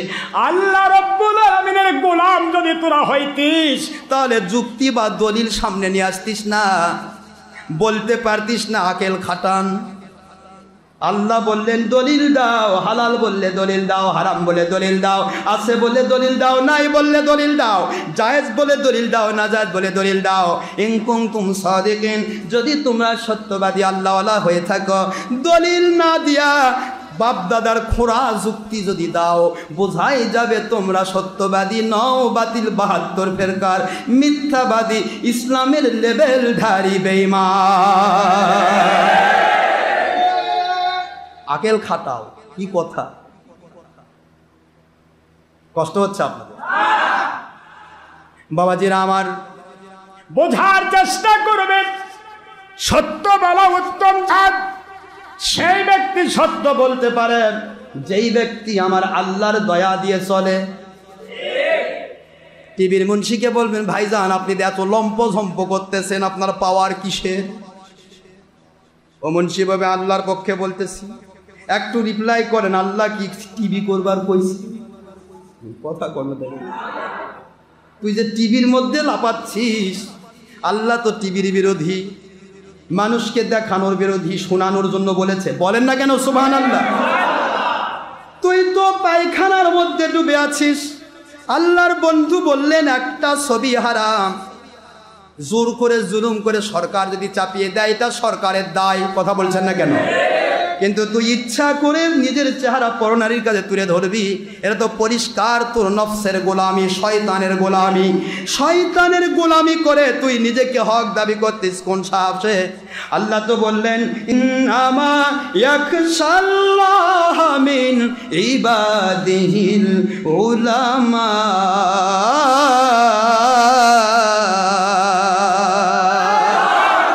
সূরাতুল ফাতির 28 নম্বর আয়াত আমার আল্লাহ পাক বলেন ইন্নামা ইয়াখশাল্লাহ মিন ইবাদিহিল উলামা। ওরাই তো হক্কানি আলেম, ওরাই তো হক্কানি উলিল আমর, ওলিয়া উলিয়া, যেই মানুষগুলি দুনিয়ার দলের কাছে বিক্রি হবে না, দুনিয়ার কোনো বাতিলের কাছে বিক্রি হবে না, কারো ক্যানভাস করতে গিয়া কোরআন সুন্নাহ উল্টা পাল্টা করবে না। ওরাই হক্কানি আলেম, হক্কানি ওলি, যেই মানুষগুলি সদা সর্বদা আল্লাহ রব্বুল আলামিনকে ভয় করে। আর আল্লাহকে যে ভয় করে, আল্লাহ বিরোধী কাজ ইচ্ছা করে করতে পারে না। আল্লাহকে যে ভয় করে সে জিদ করে শয়তানের ধোকায় পড়ে সত্যের দুশ্মনী করে না। আল্লাহকে ভয় করে যে সে অহংকার করতে পারে না। যা করছি আমি আমার আল্লাহর দয়া দিয়ে করছি, তিনি যদি দয়া না করছেন আমি কিছু করতে পারতাম না। তিনি দয়া করে তার সন্তুষ্টির পক্ষে কবুল করেছেন, এটাই আমার আল্লাহর দেওয়া, আমার আল্লাহর পক্ষ থেকে আমার পাওয়া, আমার নিজের কোনো পাওয়ার নাই। এটাই হবে হক্কানি মুজাহিদ ওলি আউলিয়ার কথা। হক্কানি আলেম ওলিয়া উলিয়ার কাজ হবে কি করে মানুষ কোরআন সুন্নাহ সম্মত জীবনযাপন করবে, কি করে তার আল্লাহর পক্ষে আসবে। বাবাজিরা আমার কষ্ট হচ্ছে, দলিল দরকার নাকি যুক্তি দরকার? জোরে বলেন, দলিল না যুক্তি? কেউ কেউ টাইমের দিকে তাকাচ্ছেন, যারা 12টার সময় নামাজ পড়ে অভ্যাস, তাদের পায়ে হাত দিয়ে বলছি আমার সোনার আব্বা যান, যেই হুজুরগুলিকে অনুসরণ করতে গিয়ে আপনি 12টা সোয়া 12টা নামাজ পড়লেন, ওই হুজুরকে একটা জিজ্ঞাসা করবেন, হুজুর কোরআন শরীফে কত নম্বর হাতে আছে, হাদিসের কত নম্বর হাদিসে আছে? 12টার সময়, সোয়া 12টার সময়, 1:30টার সময়, 1টার সময় আমার নবী কোন দেশের ঘড়ি ফলো করে নামাজ পড়াইছিলেন? একটা দলিল যদি দিতে পারিস তোকে আমি 100 কোটি টাকা উপহার দেব। আমার নবী কোন দেশের ঘড়ি ফলো করেছে? নবীর সময় ঘড়ি ছিল? সুইজারল্যান্ডের ঘড়ি? হ্যাঁ, কাবার ঘড়ি? কেএমটি, জেএমটি, ও জিএমটি, গ্রিনিচ? কোন টাইম হুজুর ফলো করেছেন? আহারে, বুখারী মুসলিমের হাদিস, হুজুর পাক সাল্লাল্লাহু আলাইহি ওয়াসাল্লাম টাইম দেখালেন নামাজের শুরু, আবার একদিন নামাজ পড়লেন নামাজের শেষ। যে সময় জোহর জুমা হুজুর শেষ করলেন, সে সময় বেলালকে বললেন, বেলাল আসরের আজান দাও। একটু সুবহানাল্লাহ বলবেন না জোরে? তাহলে আসরে আজান দিতে বললেন নামাজ শেষ করে। তাহলে আমরা যে 3টার সময় নামাজ পড়ি, নামাজের সময় শেষ। তার মানে তোর নিজের বাপের যুক্তি না আল্লাহর হাবিবের যুক্তি লাগবে, দলিল লাগবে? কি কথা, কি করছে এরা? এরা নিজেরাই বলছে নবীর সময় যার সময় তাই বেদাত, এরা নিজেরাই ঘড়ি দিকে টাইম নামাজ পড়াচ্ছে। এরা তো পাকা বেদাতি। এরা নিজেরাই বলতেছে নবীর সময় যার সময় তা বেদাত। এরা আবার ওই কি করে, যখন রোজা আসে তখন সাইরিন বাজায় মসজিদের মধ্যে। বুখারীর হাদিসে হুজুর বলেন 880 পৃষ্ঠা, বুখারী 2য় খণ্ড, মুসলিম 1ম খণ্ড 820 পৃষ্ঠা সহ অসংখ্য হাদিস। হুজুর বললেন, বইস্তুলি কাসরি মাঝামিরি ওয়াল আসনাম, আমি পৃথিবীতে নাজিল হয়েছি ছবি মূর্তি গান বাজনা ধ্বংস করার জন্য। আর এরা মসজিদের মধ্যে গান বাজাচ্ছে, প্যাঁ প্যাঁ প্যাঁ করতেছে, কথা কয় না। এরা মানুষকে ইফতার করাচ্ছে সাইরিন বাজায়া। ওই ডারবাটারি মুন্সিক বলেন তো, কোন নবীর যুগে সাইরিন বাজা ইফতার হয়েছে? কিয়ামত পর্যন্ত দলিল আছে? এ তো পুরা জীবনটাই বেদাতি জীবন। আর ডক্টর আশরাফ সিদ্দিকীর কাছে যখন মানুষ আছে সত্য শিখে, তখন এরা কয় যে ওই সিনেমা দেখবার যাবেন সমস্যা নাই, কিন্তু আশরাফ সিদ্দিকীর কাছে যাবেন না, ইমান থাকবে না। কারণ সিনেমা দেখবার গেলে ওর জীবনের ইমান যাবে, টাকা পয়সা ক্ষয় হবে, কিন্তু ওই ডারবাটারি মুন্সিক চিনবে না। ওই ধান্দাবাজ মুন্সি ওর জীবনের 2 নম্বরই ধরা পড়বে না। কিন্তু এখানে আসলে ধান্দাবাজ মুন্সি ধরা পড়তেছে, এই জন্য এখানে যাওয়া যাবে না। তার মানে কি, ওই চাই না মানুষ আল্লাহওয়ালা হোক, চাই না মানুষ ইমানদার হোক, ও চাই দুনিয়ার মানুষ বেঈমান হোক। আর আমি আমার মতো 2 নম্বর বেঈমানকে তোষামত খোসামত করে টাকা দিয়ে পালু। এদের জিন্দগি এটা, এটা ধান্দাবাজ, ছলচাতুরিবাজ। ছলচাতুরিবাজের সাথে আমার জীবনে কোনোদিন আপোষ হবে না, ইনশাআল্লাহ বলেন। মরণ tomorrow, only one time, only one day, only one day or night, only one place. একটি সময়, একটি দিন বা রাতে, একটি টাইম আমার মৃত্যু হবে। ওই মৃত্যুটা যেন হয় আমার আল্লাহ এবং নবীর জন্য। ঠিক না? ঠিক বাবাজি, এই তো জিন্দেগি। কিন্তু কোনো শয়তানের সাথে আপোষ করে জাহান্নামে যাব? মন খারাপ করছেন? অহংকার করা যাবে? কত দাম আমাদের। বুখারী মুসলিমের একটা হাদিস মনে করে বলবো? তাহলে কন্ডিশন কয়টা আমাদের? 3টা। হয় হাত দিয়ে বাঁধা। টিভি আপনি করছেন, আপনি সাধারণ মানুষ, ভুল হচ্ছে। দুনিয়ার কোনো মানুষ টিভিকে জায়েজ বলে না, কিন্তু যেদিন থেকে 1.5 নম্বর মুন্সিরা টিভির মধ্যে ঢুকলো, সেদিন থেকে মানুষেরা জায়েজ তো নয়, ফরজ মনে করলো। আমার হুজুরের ওয়াজ শুনবো কেমনে টিভি না দেখলে? কি পাকা হুজুর, পায়খানা ডিব্বায় ঘুম পাড়তেছে, আর আপনি ডাকতেছে আয় বাবা ওযু শিখাই দে। আপনি তো বুঝতে পারতেছেন না, চোখের তো চশমা লাগাই দিছে, ওর দলের চশমা, আপনি চিনবেন কেমনে? লাল চশমা দিয়ে কাউকে দেখলে সেটা কি সাদা দেখা যায়? আপনি দি বাপরে আমার হুজুর কি রে, পাগড়ি বানছে, হাব্বা জুব্বা পড়ছে, আর টিভির পর্দায় পোজ দিচ্ছে, আর কি সুন্দর করে মেকআপ করতেছে, মহিলাদের দেখাচ্ছে। এর মতো 22 নম্বর হুজুর আর কে থাকতে পারে? আপনি খুশি, মহা খুশি। কিন্তু আমার নবী বললেন কুল্লু মুসাওবিন ফিন্নার, ছবির সাথে যে যুক্ত সে জাহান্নামী। আবার হুজুর বুখারীর হাদিসে বললেন আলমার ওমা আমান আহাব্বা, পৃথিবীতে যাকে যে ভালোবাসে তার সাথে তার হাসর হবে। ওটা যদি জাহান্নামী হয় তার সাথে সে জাহান্নামে যাবে, ওটা যদি জান্নাতি হয় তার সাথে জান্নাতি যাবে। তা আপনার হুজুরই তো জাহান্নামী নবীর ভাষায়, তা আপনার কেমনে জান্নাতে নিবে ডের ব্যাটারি? কেন বুঝতে পারেন না?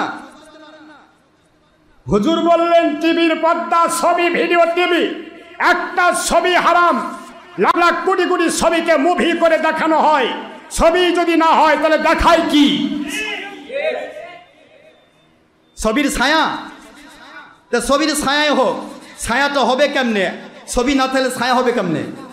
আগে ছবি বানান লাগে, তার থেকেও ছায়া হয়। আমি নাই, আমার ছায়া হবে? তারা কি করছে? কয় ছায়া, এটা ছবি না, এটা ছায়া। সূর্যের আলোতেও যদি ছায়া পড়ে, বলেন তো, সূর্যের আলোতেও যদি ছায়া পড়ে, সূর্যের চাইতে বেশি তাপ আলো আর কারো আছে? তাহলে সেই সূর্যের তাপে ছায়া পড়লে ওই ছায়াত কি কোনো প্রকার আপনার চেহারা থাকে?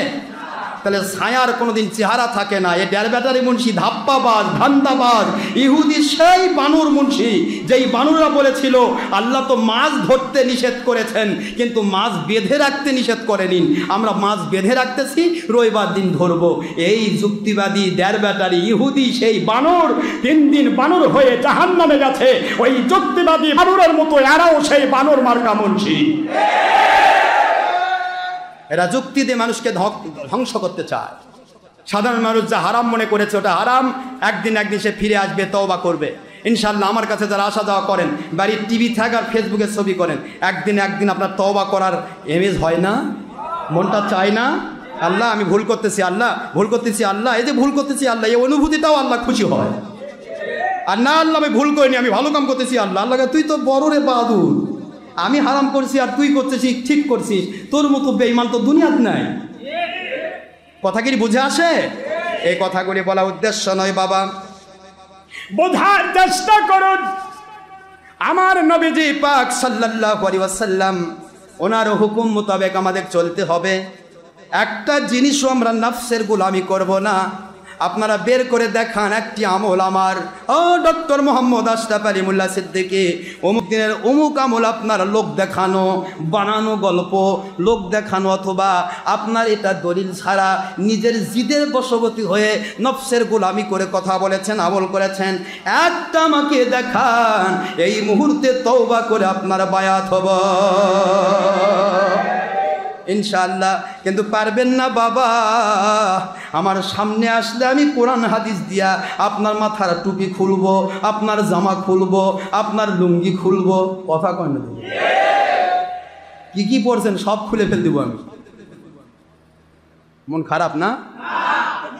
ও আমার বাবাজিরা, হঠাৎ 2 টাকার মালিক হইয়া গ্রামের ভাষায় আছে মুই কি হলু রে, কথা কোন আমি কি হলাম রে। হঠাৎ 2 টাকার পয়সার মালিক। বুখারী শরীফের হাদিস বলে শেষ করে দেই, কষ্ট হচ্ছে না তো? 3 কন্ডিশন, হাত দে বাধা, নয়তো মুখ দে বাধা, নয়তো অন্তর দে ঘৃণা। তাহলে আমি আপনাদের অনুরোধ করব, যেই মুন্সি, যেই পিসাব, ছবি, ভিডিও, টিভি বা মহিলার সাথে ব্যাপারটা, হারাম কাজে ব্যস্ত, নামাজ রোজা হজ যাকাতে ধার ধারে না, ওদের কাছে আপনি একটি বারের জন্য হলেও তাদের শরণাপন্ন হতে পারেন না। হয় হাত দে বাধা, নয়তো মুখ দে বাধা, নয়তো অন্তর দে ঘৃণা করে 22 তালাক দেওয়া লাগবে যদি আপনি মুসলমান হন। আর যদি সব জানার পরও তার নিংটি ধরে থাকেন, আল্লাহর কসম ওর সাথে আপনিও নন মুসলিম বেঈমান। চোরের সাথে চোরের মিল, ডাকাতের সাথে ডাকাতের মিল। ডাকাতি করে দেখেও ডাকাতের ভক্ত। বোঝা যাবে একদিন না একদিন তুই ডাকাতি করবি, অথবা তারা ডাকাতের মাল ভাঙবি। কথা করছেন না কেন? এই জন্য সাবধান বাবাজি, বানানো গল্প করি না, কোনো সময় কোনো মানুষকে সলচাতুরি ধান্দাবাজি পূর্ণ কথা বলি না। বুখারী মুসলিমের হাদিস, প্রায় 30টি হাদিসের কিতাবে এসেছে, আল্লাহ রব্বুল আলামিন পরীক্ষা করার জন্য 3 জন ব্যক্তিকে বাছাই করলেন। একজন রহমতের ফেরেশতা পাঠায় দিলেন, যাও যাও, মানুষগুলির বড় দুঃখ, এই দুঃখের মানুষগুলোকে আমি একটু দুনিয়ার মানুষকে দুঃখ দিয়া মানুষকে আমি শিক্ষা দিতে চাই, এদের কাছ থেকে মানুষকে শিক্ষা দিতে চাই। আয় আমার রহমতের ফেরেশতা, যাও তার কাছে যাও, চলে যাও। রহমতের ফেরেশতা চলে আসলো। প্রথম একটা মানুষ কুষ্ঠ রোগী, নাম কি আব্বা? কি রোগী? কুষ্ঠ রোগী লোকটা জ্বালা পোড়ায় হয়রান, শরীরের মধ্যে দুর্গন্ধ, 4 পয়সার মালিক নাই, কুষ্ঠ রোগী লোকটি। কুষ্ঠ রোগীটা রহমতের ফেরেশতার দিকে তাকায় বলে, ফেরেশতা, রহমতের ফেরেশতা মানুষ আকারে এসেছে। বুঝতে পারছেন আপনারা? ভাইজান কি সমস্যা আপনার? জি ভাই, সমস্যা এটা আমার, কুষ্ঠ রোগী যদি কেউ ভালো, আমি তাড়াতাড়ি বলছি, অনেক কথা সংক্ষেপ করে দিচ্ছি, যার কারণে আমি আরবি বললাম না, কারণ আরবি বলতে গেলে আমার আরও 3 ঘন্টা লাগবে পুরাটা ব্যাখ্যা করতে গেলে, আর জুমার সময়টা হয় না। শুধু জিস্ট কথাটা বলে দিই, কষ্ট হচ্ছে নাকি আপনাদের? কুষ্ঠরোগী বলে, ভাইজান, ও আমার প্রিয় ভাই, চেহারায় আপনার নূর বিরাজ করছে, আপনাকে দেখে বড় ভালো লাগতেছে ভাইজান। আমার জীবনে তেমন কোনো দুঃখ নাই, দুঃখ নাই, দুঃখ নাই। আমার জীবনে কুষ্ঠরোগের দুর্গন্ধে পুরা এলাকার মানুষ আমাকে ভালো বলে না। টাকা পয়সা নেই, না থাকলেও সুস্থ জীবনটা যদি যাপন করতাম ভাইজান, আমার জীবনটা ধন্য হয়ে যেত, আল্লাহর বড় শুকরিয়া করতাম। আল্লাহর বান্দা বলে, ভাইজান টেনশন করবেন না, আমার আল্লাহ পাক দয়া করে আপনার কাছে আমাকে পাঠায় দিয়েছেন আপনার রোগ ভালো করে দেওয়ার জন্য। আস্তে করে মাথায় হাত দিয়ে দিলেন, মতান্তরে একটা ফু দিয়ে দিলেন। এই যে ওলিয়ার পক্ষ থেকে হাত দেওয়া, ফু দেওয়া, এটা এমনি আসে নাই বাবা, হাদিসের কিতাব দ্বারা এসেছে। সময় নেই বলার, ব্যাখ্যা করার, একটা হাদিস ব্যাখ্যা করলে 2-4 ঘন্টা সময় পার হয়ে যাবে। আমার বাবাজিরা শুনুন শুনুন শুনুন, বুখারী মুসলিমের হাদিস, প্রায় 30টি হাদিসের কিতাব। আখেরি নবী হুজুর পাক সাল্লাল্লাহু আলাইহি ওয়াসাল্লাম নাফরমান জিদের বশবর্তী হয়ে শয়তানের ধোকায় পড়ে নিয়ামত ভুলে গিয়ে যারা ধ্বংস হয়ে যায়, তাদেরকে বুঝানোর জন্য আমার নবী হাদিসটা বর্ণনা করলেন। আল্লাহর বন্ধু বলেন, শোনো দুনিয়ার মানুষেরা, একটা সময় তোমাকে আল্লাহ সচ্ছল বানিয়ে দিবে, কিন্তু যখন তুমি ফকির ছিলে, অসহায় ছিলে, ওইটা কখনো ভুলে যেও না, ভুলে যেও না। তাহলে যেটুকু ঈমান ছিল ওটাও থাকবে না, বেঈমান হয়ে মরা লাগবে। লোকটা হাত দিল, মতান্তরে ফু দিয়ে দিল, মুহূর্তের ভিতরে লোকটা পুরা শরীরটা সুন্দর সুঠাম দেহ হয়ে গেল। লোকটি বলে, ভাইজান, এই বিপদের মুহূর্তে আপনি আমাকে এত বড় দয়া করলেন, এ দয়ার আমি কি পুরস্কার দেব? আল্লাহর বান্দা রহমতের ফেরেশতা বলেন, পুরস্কার আমাকে দিতে হবে না, হবে না, আপনি শুধু আল্লাহর শুকরিয়া করবে। এ যুগের নবীর কাছে যাও, বায়াত হও এবং আল্লাহর শুকরিয়া করো। জোরে বলুন সুবহানাল্লাহ। তাহলে ডাইরেক্ট আল্লাহ পাওয়া যায় না, নবী লাগে। নবী যখন থাকে না তখন উলিল আমরে মিনকুম ওলি লাগে। তিনটাই কোরআন, আতিউল্লাহ কোরআন, আতিউর রসুল কোরআন, ও উলিল আমরে মিনকুম কোরআন। সুবহানাল্লাহ বলবেন না? আল্লাহকে মানো, নবীকে মানো, নবীর সময়ে নবী না থাকলে নবী এবং আল্লাহকে মানার মতো যারা মানে সেই উলিল আমর ওলিয়া উলিয়াকে মানো। সুবহানাল্লাহ বলবেন না? সূরাতুন নিসা 60 নম্বর আয়াত খুললেই পাবেন, বারবার বলতে ভালো লাগে না। 4 নম্বর সূরা 5 নম্বর পারা। নবীর কাছে যাও, বায়াত হও এবং তুমি কি করো? আল্লাহর শুকরিয়া করো। সুবহানাল্লাহ। এই মুহূর্তে তুমি কি চাও আমার কাছে, তোমাকে দিতে প্রস্তুত। বলে ভাইজান আমার তো কিছু নাই তেমন, যদি একটা উট দিতেন, ওই একটা উটনি এটা বাচ্চা হইতো, এটা বাচ্চা হয়ে তারপরে আমি হতাম, আল্লাহর শুকরিয়া করতাম, আমার বাড়ি মেনটেন হতো, ভালো হতো। মুহূর্তের মধ্যে আল্লাহর দয়ায় রহমতের ফেরেশতা আল্লাহর কাছ থেকে একটা উট নিয়ে দিলেন। উটনি দিয়ে বিদায় হলেন। ভাই ঠিক আছে, আপনি ভালো থাকেন, তবে আল্লাহর নিয়ামত ভুলে যাবেন না, আল্লাহকে ভুলবেন না। সুবহানাল্লাহ বলুন। আমি আবার আসবো একদিন। সুবহানাল্লাহ বলবেন না? তাড়াতাড়ি করছে, সময় নেই। চলে গেলেন আরেকজন আল্লাহর বান্দার কাছে। সে আল্লাহর বান্দা টাক মাথা, টাক বোঝেন? এখনকার টাক না, তখন ঘাওয়ালা টাক ছিল, ঘা। টাক মাথা বড় ভালো লাগে, ঘাওয়ালা টাক মাথা। আস্তে করে গেলেন, ভাই কি ব্যাপার, খুশুর খুশুর চুলকায়? কি হয়েছে ভাই? কয় আমি বড় কষ্ট আছি ভাই, আমার মাথা যদি চুল গজাতো আর ঘাটা না থাকতো ভালো হতো। আল্লাহর বান্দা বলেন, আমি আমার আল্লাহর পক্ষ থেকে এসেছি তোমার কাছে, তোমার টাক মাথা ভালো করে চুল লাগাই দেওয়ার জন্য। সুবহানাল্লাহ বলে। টাক মাথার উপরে আল্লাহর রহমতের ফেরেশতা এবার হাত লাগায়া দিলেন, মতান্তরে ফু দিয়ে দিলেন। মুহূর্তের ভিতরে টাক মাথার ঘা ভালো হইয়া, খুশকি ভালো হইয়া, চুলকানি অ্যালার্জি ভালো হইয়া, পুরা টাক মাথাটা পরিপূর্ণ সুন্দর চুল গজায়া গেল। লোকটা আনন্দ আহ্লাদিত হয়ে গেল। ও আমার ভাইজান, আমার ভাইজান, আপনার কি শুকরিয়া করব? বলে না ভাইজান না, আমার শুকরিয়া নয়, আমার আল্লাহর শুকরিয়া করুন। আমার আল্লাহ আমাকে পাঠায় দিয়েছেন। আল্লাহর বান্দা আল্লাহর শুকরিয়া করেন। ওই একইভাবে নবীর কাছে বায়াত হয়ে আল্লাহর শুকরিয়া করতে থাকলেন। কি চান ভাই আপনি আপনার জন্য, আপনার ফ্যামিলি মেনটেনের জন্য কি চান?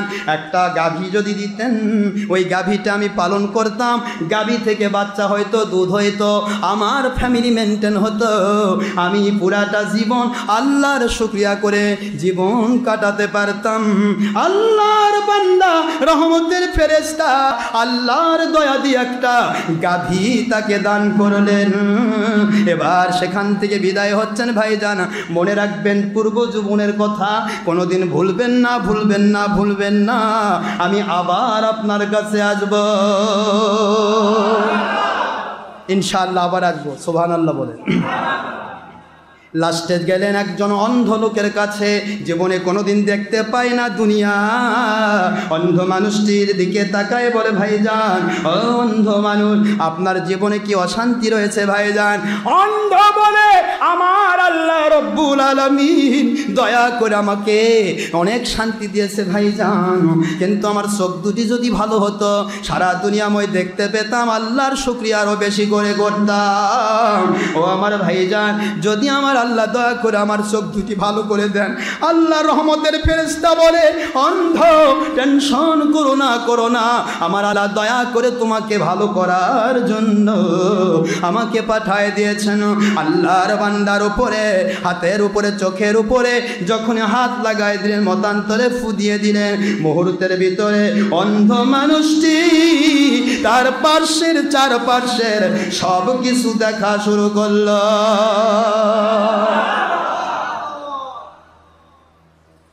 ভাইজান, আমার জীবনে এত বড় দয়া এহসান আপনি করেছেন, কি শুকরিয়া করব? আল্লাহর শুকরিয়া করুন। আল্লাহর কাছে যেতে হলে নবীর মধ্য দিয়ে যেতে হয়, যেহেতু এটা নবীর যুগ।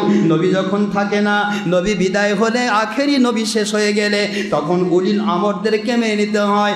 আজকের জমিনে যারা বলেন পীর সাহেব দরকার নাই, উলিল আমর দরকার নাই, তাদের খেদমতে বলবো, শুধু কোরআন হাদিস মেনেই যদি আল্লাহ পাওয়া যেত, তাহলে নবীর দরকার হতো না।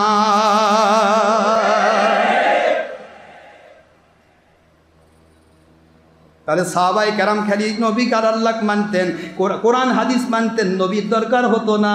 কিন্তু সাহাবায়ে কেরাম কোরআন হাদিস মানার পরে নবীজির হাতে হাত দিয়ে বায়াত হতে হলো কেন?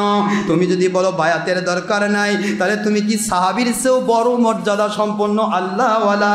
তুমি কি সাহাবীর চেয়ে বেশি কোরআন হাদিস মানো?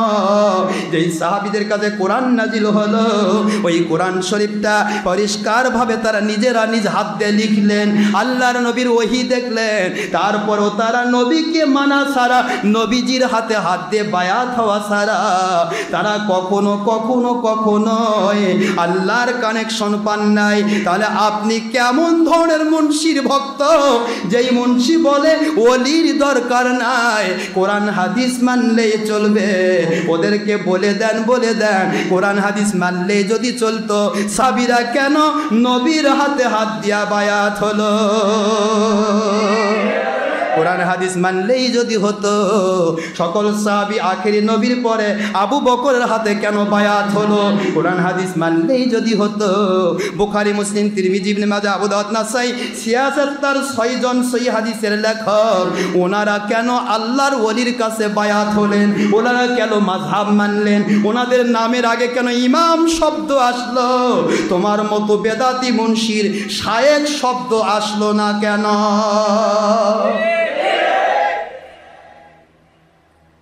বুঝতে অসুবিধা হয়? 6 মাযহাবের ইমাম, 6 হাদিসের ইমাম যারা, বোখারির আগে শায়েক আছে না ইমাম বোখারি আছে? মাহাদি আলাইহিস সালামের আগে কি শায়েক মাহাদি না ইমাম মাহাদি? তা তোর কাছে তো ইমাম মানাই শিরক, তাহলে তুই মাহাদিক মানবি কেমনে? তুই তো দাজ্জালের সৈনিক হয়ে বসে আছিস। কোথায় যাচ্ছ? আইনা তাজাবুন হয় আর going come to my gate রাসূল মুহাম্মদুর রাসূলুল্লাহ সাল্লাল্লাহু আলাইহি ওয়াসাল্লাম with my holy and my holy Quran. You will must get attention free and hesitationless life from adoration to doubt that man no doubt, and after a death you must list in the heaven paradise no doubt. My Allah speaking, oh believers of this world, this tradition only for believers, not for disbelievers and non-Muslims who in this world, if male or female, young or adult or a student. If you can believers, I shall must open all kinds of door of peace of this world and the sky for my believers and my religious and hadithic and Quranic fast man, not for disbelievers and non-Muslims. So, subhanallah. Ayat Sharif number 96 in Suratul Ahzab at the part of 9 at page 2 and Surah number 7 Suratul Araf 96 number ayat. Subhanallah. ولو أن أهل القرى آمنوا واتقوا لفتحنا عليهم بركات من السماء والأرض ولكن كذبوا فأخذناهم بما كانوا يكسبون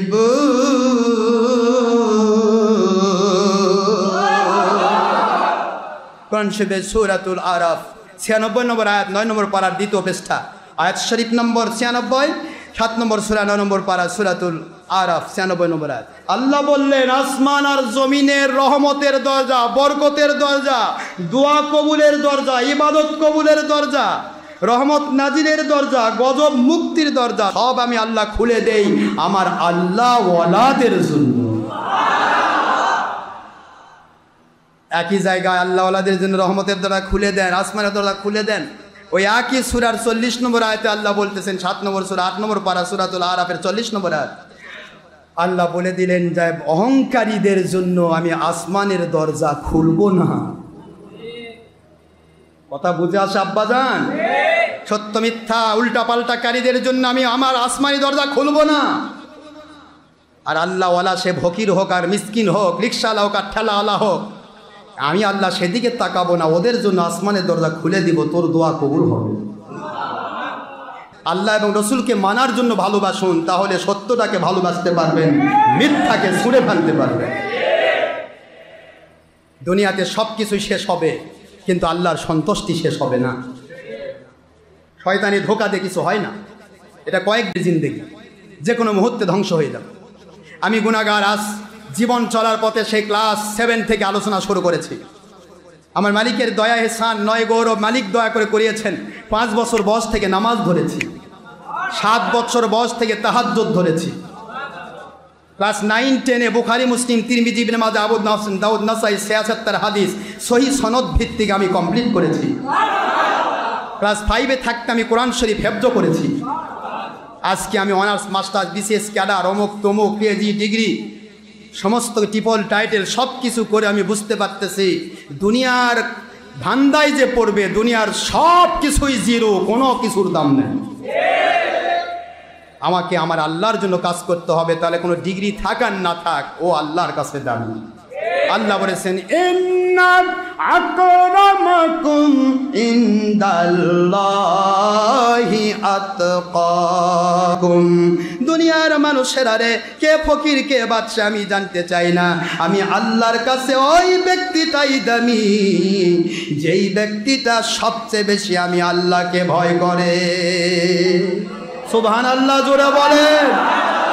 যে ব্যক্তি সবচেয়ে বেশি আল্লাহকে ভয় করবে, যতটুকু যে সম্মানের পাত্র, ওই সম্মান দেওয়া কোরআন সুন্নাহর ডকুমেন্ট সাপেক্ষেই আল্লাহ ফরজ করেছেন। কিন্তু তাই বলে ভালুকে একজন মানুষ আমাকে 5 লাখ টাকা দিল, একজন মানুষ আমাকে 5 কোটি টাকা দিল, আর আরেকজন রিক্সাওয়ালা আমাকে 10 পয়সাও দেয় নাই, তাই বলে রিক্সাওয়ালাকে তুচ্ছ বানাবো, ওই টাকা দেনওয়ালাকে বেশি ভালোবাসবো, এটা আল্লাহর জন্য নয়। দুনিয়ার সান্নিধ্য পাওয়া, দুনিয়ার কুকুরের মতো দুনিয়ার লোভে লোভাতুর হওয়া। কি দিলেন কি না দিলেন, দুনিয়ার কে কি দিল সেটা দিয়ে পারে আল্লাহর দয়ায়।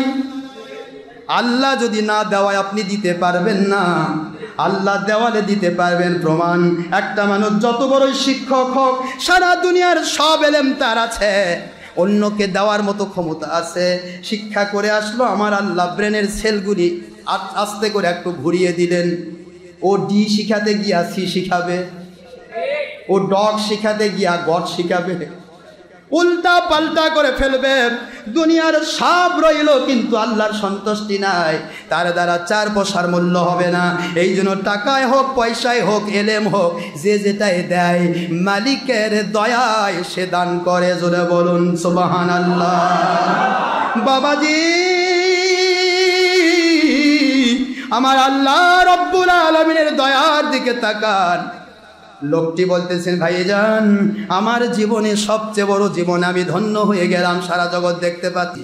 আল্লাহর বান্দা বলে, রে আমার ভাই টেনশন করবেন না, আপনাকে একটি জিনিস দিতে চাই, আল্লাহর দয়া দিয়ে কবুল হয়ে গেছে। কি চান আপনি দয়া করে বলুন। আপনার মধ্যে আল্লাহর মহব্বত, আল্লাহর সন্তুষ্টি দেখতে পাচ্ছি। ভালো করে বোঝার চেষ্টা করুন আব্বাজান। আগেকার টাক মাথা, ওটা কিন্তু অনেক টাকার মালিক ছিল, শুধু টাক মাথাটা ভালো করার জন্য সে চেয়েছিল, তারপরে তাকে একটা কি দেওয়া হলো, গাভী। আর আগের কুষ্ঠরোগী, অনেক জমিদারি তার ছিল, কিন্তু লোকটা শুধুমাত্র কুষ্ঠরোগ ভালো করতে চেয়েছিল। আল্লাহর রহমতের ফেরেশতা কুষ্ঠরোগ ভালো করে দিয়া তাকে একটি পাকা উটনি দিয়ে দিল। আর এই গরিব লোকটা, এর নিঃস্ব ফকির সম্বলহীন একটা অন্ধ মানুষ, এর কিছুই নাই। সেই মানুষটিকে যখন বলা হলো, ভাইজান কি চান, লোকটি উটও চাইলো না, গরুও চাইলো না, বললেন, ভাইজান যা দিয়েছেন আমার আল্লাহর দয়া অনেক, কিন্তু তারপরে যদি আল্লাহ দয়া করে কেউ দিতে চান, একটা ছাগল দিবেন আমাকে। ছাগলটা যদি বড় হয় আমার আল্লাহ দয়া করেন, ওই ছাগল দিয়ে আমার পরিবার মেনটেন হবে, কোনো টেনশন আমার থাকবে না, আমি আল্লাহ এবং নবীজির পক্ষে কাজ করতে পারবো।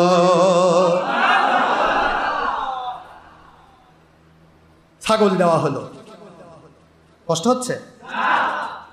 আল্লাহর রহমতের ফেরেশতা বিদায় হলেন, বললেন ভাইজান আমি কিন্তু আবার আসবো। কবে আসবেন কি হবে আল্লাহ ভালো জানে। উটনিয়ালার উট দিয়ে গোটা এরিয়া ভরে গেল, বিশাল মরুভূমি, হাজার হাজার উট হয়ে গেল। গরু আলার বিশাল মরুভূমিতে গরু দিয়ে ভরে গেল, চারণভূমিতে। বকরি আলার বিশাল মরুভূমিতে বকরি দিয়ে ভরে গেল। সুবহানাল্লাহ বলে। এবার একজন দৈন্য দশা সমৃদ্ধ একটা লাঠিওয়ালা ঝোলাওয়ালা ফকির মানুষ হইয়া রহমতের ফেরেশতা প্রথম যায় সেই বড় সেই ধনী সেই জমিদার কুষ্ঠরোগীর কাছে, ভাইজান আমি বড় অসহায়, আমার জীবনে এমন কিছু নাই ভাইজান, যদি আপনার বিশাল চারণভূমি এরিয়া ভরা উটগুলির মধ্য থেকে একটি উট যদি আপনি দয়া করে আমাকে দিতেন, আমি আল্লাহর শুকরিয়া আদায় করতাম। ও আমার ভাইজান, আল্লাহ তো আপনাকে অনেক উট দান করেছে। লোকটি এত অহংকারী হয়েছিল, বলো কিসের আবার আল্লাহ দিল, সব আমার, সব আমার। তুমি কে দাও, তোমার দরকার নেই। আমার উট দিয়ে তোমাকে, আমার উট কমাতে পারবো না, এগুলো আমার নিজের উট। আল্লাহর বান্দা বল ভাইজান ঠিক আছে তাহলে আমি চলে গেলাম। রহমতের ফেরেশতা বিদায় হলো, পুরা উটগুলি গেল, তার জমিদারি সব বাতিল হয়ে গেল, রাস্তার ফকির হয়ে গেল, নতুন করে কুষ্ঠ রোগে আক্রান্ত হয়ে গেল। নাউজুবিল্লাহ বলবেন না? মন খারাপ করতেছে নাকি আপনার? কষ্ট হয়নি তো? তবে দুতলার ভাইগুলোর খুব কষ্ট হচ্ছে, তাদের বেশি কষ্ট হচ্ছে, কারণ ওখানে গরম ছাদের নিচে। তবে যিনি যত কষ্ট করবেন তার রেজাল্ট তত বেশি, ঠিক না? ঠিক। ইন্নামা ইউওয়াফাস সাবিরুনা আজরাহুম বিগাইরি হিসাব, সূরা জুমার 10 নম্বর আয়াত। আল্লাহ স্পষ্ট করে দিয়েছেন, যিনি যত স্যাক্রিফাইস করবেন, কোরবানি করবেন, সময় ব্যয় করবেন, অর্থ ব্যয় করবেন আল্লাহর জন্য, ওই ব্যক্তিকে আমি এত পুরস্কার দিব দুনিয়াবাসী গণনা করে শেষ করতে পারবে না। আপনারা যে সময় দিচ্ছেন, মসজিদে নামাজ পড়ে বিদায় হয়ে গিয়ে বাড়ির যে যা ইচ্ছা তাই করতেন, গুনাহ হতো অনেক সময়। এখানে যতক্ষণ আছেন রহমতের ফেরেশতারা আপনাকে আড়াল করে রেখেছে। না মনে ভেজাল মনে হচ্ছে? এখানে যতক্ষণ আছেন তখন কি হচ্ছে? জান্নাতের বাগানের মধ্যে রয়েছে। মা বাইনা বাইতি ও মিম্বার রওদা তুমি রিয়াদিল জান্নাহ। আবার হুজুর বলেছেন আমার রওদা থেকে আমার মিম্বার পর্যন্ত এটা জান্নাতের বাগান। আবার হুজুর বললেন ইদা মারারতুম বিরিয়াদিল জান্নাহ ফারতাউ, যখন রিয়াদিল জান্নাহ জান্নাতের বাগান দেখো দুনিয়াতে, সেখানে বসো, সব ছেড়ে দাও। বলা হলো আমার রিয়াদিল জান্নাহ ইয়া রাসূলুল্লাহ সাল্লাল্লাহু আলাইহি ওয়াসাল্লাম, আল্লাহর বন্ধু কোনটা রিয়াদিল জান্নাহ? হুজুর বলেন যেখানে কোনো গুনার কাজ হয় না, হিয়া হিলাকুদ যিকির, যেখানে আল্লাহর জিকির হয়, হালাল হারাম উল্টাপাল্টা হয় না, গুনার কাজ হয় না, ওটা জান্নাতের বাগান। জোরে বলুন সুবহানাল্লাহ। একটু চিন্তা করেন, টিভি আলা মুন্সিদের মাহফিল হলেও সেটা জাহান্নামের গর্ত। কারণ কুল্লু মুসাউবিরিন ফিন্নার, সবই আলারা জাহান্নামী, যারা দেখছে তারাও জাহান্নামী। লান আল্লাহুন নাজির আল মানজুর ইলাহি, যে দেখে যে দেখায় দুইজনই লানতগ্রস্ত জাহান্নামী। তাহলে যারা টিভি আলা মুন্সির পিছে আছেন, সেখানে লাখ লাখ কোটি মানুষ টিভি আলা মুন্সির সাথে লেগে আছেন, ভিডিও হচ্ছে, ছবি হচ্ছে, লাখ লাখ কোটি কোটি ছবিকে মুভি করে আপনার কাছে দেখানো হচ্ছে। এই যে জাহান্নামের বাগানের মধ্যে ঘুরতেছেন, এটাও দুনিয়াতে কোরআনের মাহফিল। আবার যেখানে ওই হারাম কাজগুলি হয় না, ওটা আমার নবী বলেছেন জান্নাতের বাগান। জোরে বলুন সুবহানাল্লাহ। জান্নাতের বাগানে কোনো গুনার কাজ, জোরে বলেন, হয় না। ধোকা পাচ্ছেন? এখানে আসতে অনেকে ভাই ভাববেন যে হুজুর যখন আসলো সবাই দাঁড়ালো, এটা কোন হাদিসে আছে? কি বলে না কেন? আপনি কড়াই গুন্ডায় আমার মাথার তালু থেকে পায়ের তলা, হায়াত থেকে মৌত পর্যন্ত আপনি দলিল চাইবেন, আমি সবের দলিল দেবো ইনশাআল্লাহ। কড়াই গুন্ডায় দলিল দেবো। আমি যে আসলাম আপনারা দাঁড়ালেন, কাকু দাঁড়াবার আদেশ করেছি? আমি এখানে এসে দাঁড়ালাম, আপনাদের বলেছি কি আপনারা দাঁড়িয়ে থাকেন? যদি আপনাদের দাঁড়ানোতে আমি খুশি হতাম বা দাঁড়ানোতে আর দাঁড়িয়ে রাখতাম, এই দাঁড়ায় থাকেন সবাই কুন্নিশ করে, আমি বসে থাকি, তাহলে এটা হবে কিয়ামে তাকাব্বুরি। এই কিয়ামে তাকাব্বুরি কিয়ামত পর্যন্ত হারাম। কিন্তু কিয়ামে হুব্বি কি? বুখারী মুসলিমের হাদিস। আপনারা বলেন সহিহ বুখারী মুসলিমের হাদিস, মিশকাত শরীফের 403 পৃষ্ঠা খোলেন। হযরতে আম্মা জান আয়েশা সিদ্দিকা রাদিয়াল্লাহু তাআলা বর্ণনা করেন, রাসূল পাক সাল্লাল্লাহু আলাইহি ওয়াসাল্লাম যখন ফাতেমাতুজ জোহরার নিকটে আসতেন, ফাতেমা রাদিয়াল্লাহু তাআলা নবীজির মহব্বতে দাঁড়িয়ে যেতেন। সাহাবায়ে কেরামের দরবারে যখন হুজুর আসতেন, তখন সকল সাহাবায়ে কেরাম তাজিমের সাথে দাঁড়িয়ে যেতেন। এই দাঁড়ানোটাকে বলা হয় তাজিমি। কি বাবা কথা কন? নবীজির সুন্নাত, সাহাবীদের সুন্নাত। ফাতেমাতুজ জোহরা রাদিয়াল্লাহু তাআলা যখন হুজুরের কাছে যেতেন, হুজুর সাল্লাল্লাহু আলাইহি ওয়াসাল্লাম ফাতিমার মহব্বতে দাঁড়িয়ে যেতেন। এইটাকে বলা হয় কিয়ামে হুব্বি। বড় জনের জন্য ছোট জন দাঁড়ানো কিয়ামে তাজিম, আর ছোট জনের জন্য বড় জন দাঁড়ানো কিয়ামে হুব্বি, মহব্বত করে দাঁড়ানো। সুবহানাল্লাহ বলবেন না? আর দাঁড়িয়ে থাক সবাই কুন্নিশ করে, আর আমি বসে থাকি, এর নাম কিয়ামে তাজিমি। এইটা মিশকাতের 403 পৃষ্ঠায় এসেছে। হুজুর বলেন লা তাকুমু কামা ইয়াকুমুল আজম, তোমরা আজমিদের মতো দাঁড়ায়ও না। আজমির শাসকরা যেরকম বসে থাকে আর সবাই তার পাশে কুন্নিশ করে দাঁড়িয়ে থাকে, এইটা আমি দাঁড়ানো নিষিদ্ধ করলাম। কুমু ইলা সাইয়্যিদিকুম, বুখারীর হাদিস। সাদ বিন মাস 17-18 বছরের যুবক এসেছে, ও সাহাবীরা, উনি তোমাদের নেতা, সরদার, ইমাম, ওনার সম্মানে তোমরা দাঁড়িয়ে যাও। এই দাঁড়ানো আমার নবীর শিক্ষা দাঁড়ানো। আর তাজিম, ওই যে কুন্নিশ করে দাঁড়ানো, ওই শয়তানদের সেই যেটা আজমি দাঁড়ানো, ওই ততকালীন সেই সময়ের রোম, তারপরে পারস্যের যারা সরকাররা দাঁড়ায় রাখতো, এটা হলো তাজিম নয়, এটা হলো তাকাব্বুরি। কথা কি বোঝা যায়? তাহলে আল্লাহর হাবিব দাঁড়াতে বলেছেন, কথা কোনা দেখেন না। তাকুলা তাকুমু কামা তাকুমুল আজম, খবরদার ওভাবে দাঁড়ানো যেভাবে আজমিরা দাঁড়ায়। এই হাদিস কি দাঁড়াওকে নিষেধ করে? আমি যদি আপনাকে বলি ভাই এইভাবে পড়েন না, এইভাবে পড়েন, তাহলে পড়া নিষেধ নাকি সিস্টেম? কথা করছেন না কেন? পড়া নিষেধ। তাহলে হুজুর যদি দাঁড়ানো নিষেধ করে, তাহলে এক কথা লা তাকুমু, খবরদার কখনো দাঁড়ায়ও না। কিন্তু লা তাকুমু কামা, ওইভাবে দাঁড়ায়ও না, আমি যেভাবে দাঁড়াতে বলেছি এইভাবে দাঁড়াও। সুবহানাল্লাহ বলবেন না জোরে? এইভাবে নামাজ পড়ো না, তার মানে কি নামাজ নিষেধ? এইভাবে নামাজ পড়ো, এইটা এই সিস্টেম শিখিয়ে দিয়েছেন হুজুর। দাঁড়ানো নিষেধ নয় বাবাজি। কিয়ামত পর্যন্ত যতদিন স্কুল কলেজ ইউনিভার্সিটি মাদ্রাসা থাকবে, প্রত্যেক মাদ্রাসা স্কুল কলেজ যদি ওহাবি খারেজি এই বাতিল 72 ফেরকার বেয়াদবের গোষ্ঠী, বেঈমানের গোষ্ঠী ছাড়া সকল স্কুল কলেজ ইউনিভার্সিটি মাদ্রাসা, সকল মসজিদ, সকল ওলিয়া উলিয়ার দরবারে একজন আল্লাহওয়ালাকে সে ইমাম মনে করে, এই জন্য নবীর ওই সন্ধিতের ভাষায় দাঁড়াতে হবে। জোরে বলুন সুবহানাল্লাহ। যার প্রত্যেক স্কুলে আপনারা পড়েছেন ছোটকাল থেকে, যদি একটা নন মুসলিম শিক্ষকও আসে দাঁড়াতে হয়। কথা বলছেন না কেন? পরীক্ষার হলে আপনি স্কুল পরীক্ষা দিচ্ছেন, খাতা দিচ্ছে স্যারেরা, স্যারেদের জন্য লাভ দিয়ে দাঁড়ান কেন? বসে থাকে খাতা নেবেন? কথা কোনো দেখেন না। প্রশ্নপত্র দেয়, লাভ দিয়ে দাঁড়ান, ব্যাপারটা কি সেরেক হচ্ছে না? আপনি এই যে প্রতিদিন প্রতি স্কুল কলেজ যে গ্রুপেরই হোক স্কুল আসে না, সকল স্কুলে সকালবেলা যখন অ্যাসেম্বলি হয় তখন কি পড়েন? দাঁড়িয়ে থাকে না বসে থাকে? ওই যে সেরে কি একটা গান কোন দাঁড়িয়ে থাকে মহায়াতে পতাকার দিকে দাঁড়িয়ে, আমার সোনার বাংলা। আমার সোনার বাংলা তো ঠিকই আছে, কিন্তু তোমার আকাশ তোমার বাতাস নয়, আল্লাহর আকাশ আল্লাহর বাতাস। কথা কি বুঝতে পেরেছেন? তো ওখানে তো ঠিকই সুরের মতো দাঁড়াই থাকলে, ওখানে তো ফতোয়া আসে না ডের বাটারি মুন্সি, দাঁড়ানো সেরেক। যেই মুন্সি কালকে আমাদের কথাগুলি উল্টা করার জন্য মিথ্যা ফতোয়া দিল যে দাঁড়ানো জায়েজ নাই, বেদাত সেরেক, ওই মুন্সির মাদ্রাসার সাইডে যখন প্রধানমন্ত্রী বা কোনো 22 নম্বর মন্ত্রীও যাচ্ছে, ওই 5টার সময় মন্ত্রী আসবে, ওই 10টার থেকে ছাত্র ছাত্রীদেরকে নিয়ে দাঁড়িয়ে আছে এতিমের মতো। কারণ মন্ত্রী যদি দেখে আমার মাদ্রাসায় কিছু মালপানি দিবে, তো মন্ত্রীর কাছে 1.5 টাকার মালপানি পাওয়ার আশায় 5 ঘন্টা দাঁড়িয়ে থাকছিস, ওটা সেরেক না। কোনো এক ঘুষখোর যদি 5 লাখ টাকা নিয়ে আসে হাদিয়া বস্তা, ওইখানে থাকতে দাঁড়ায়, আসসালামু আলাইকুম ভাই, কেমন আছেন ভাই, লাফায় দাঁড়াইলে আর বেদারি মুন্সি। এখানে সেরেক হয় না, কারণ টাকার গুদাম নিয়ে আসছে। কিন্তু আখেরি নবীকে দাঁড়িয়ে সালাম দিলে, কোন হক্কানি ওলির দরবারে থাকলে, হক্কানি ওলির চেহারার দিকে তাকালে, আল্লাহর হাবিবের হাদিসকে মন্থন করা হয়েছে যে নবী পাক সাল্লাল্লাহু আলাইহি ওয়াসাল্লামকে দেখার সওয়াব তারা পায়, এবং আল্লাহ রাব্বুল আলামিন সঙ্গে সঙ্গে তাদের জীবন গুনাহ মাফ করে দেন।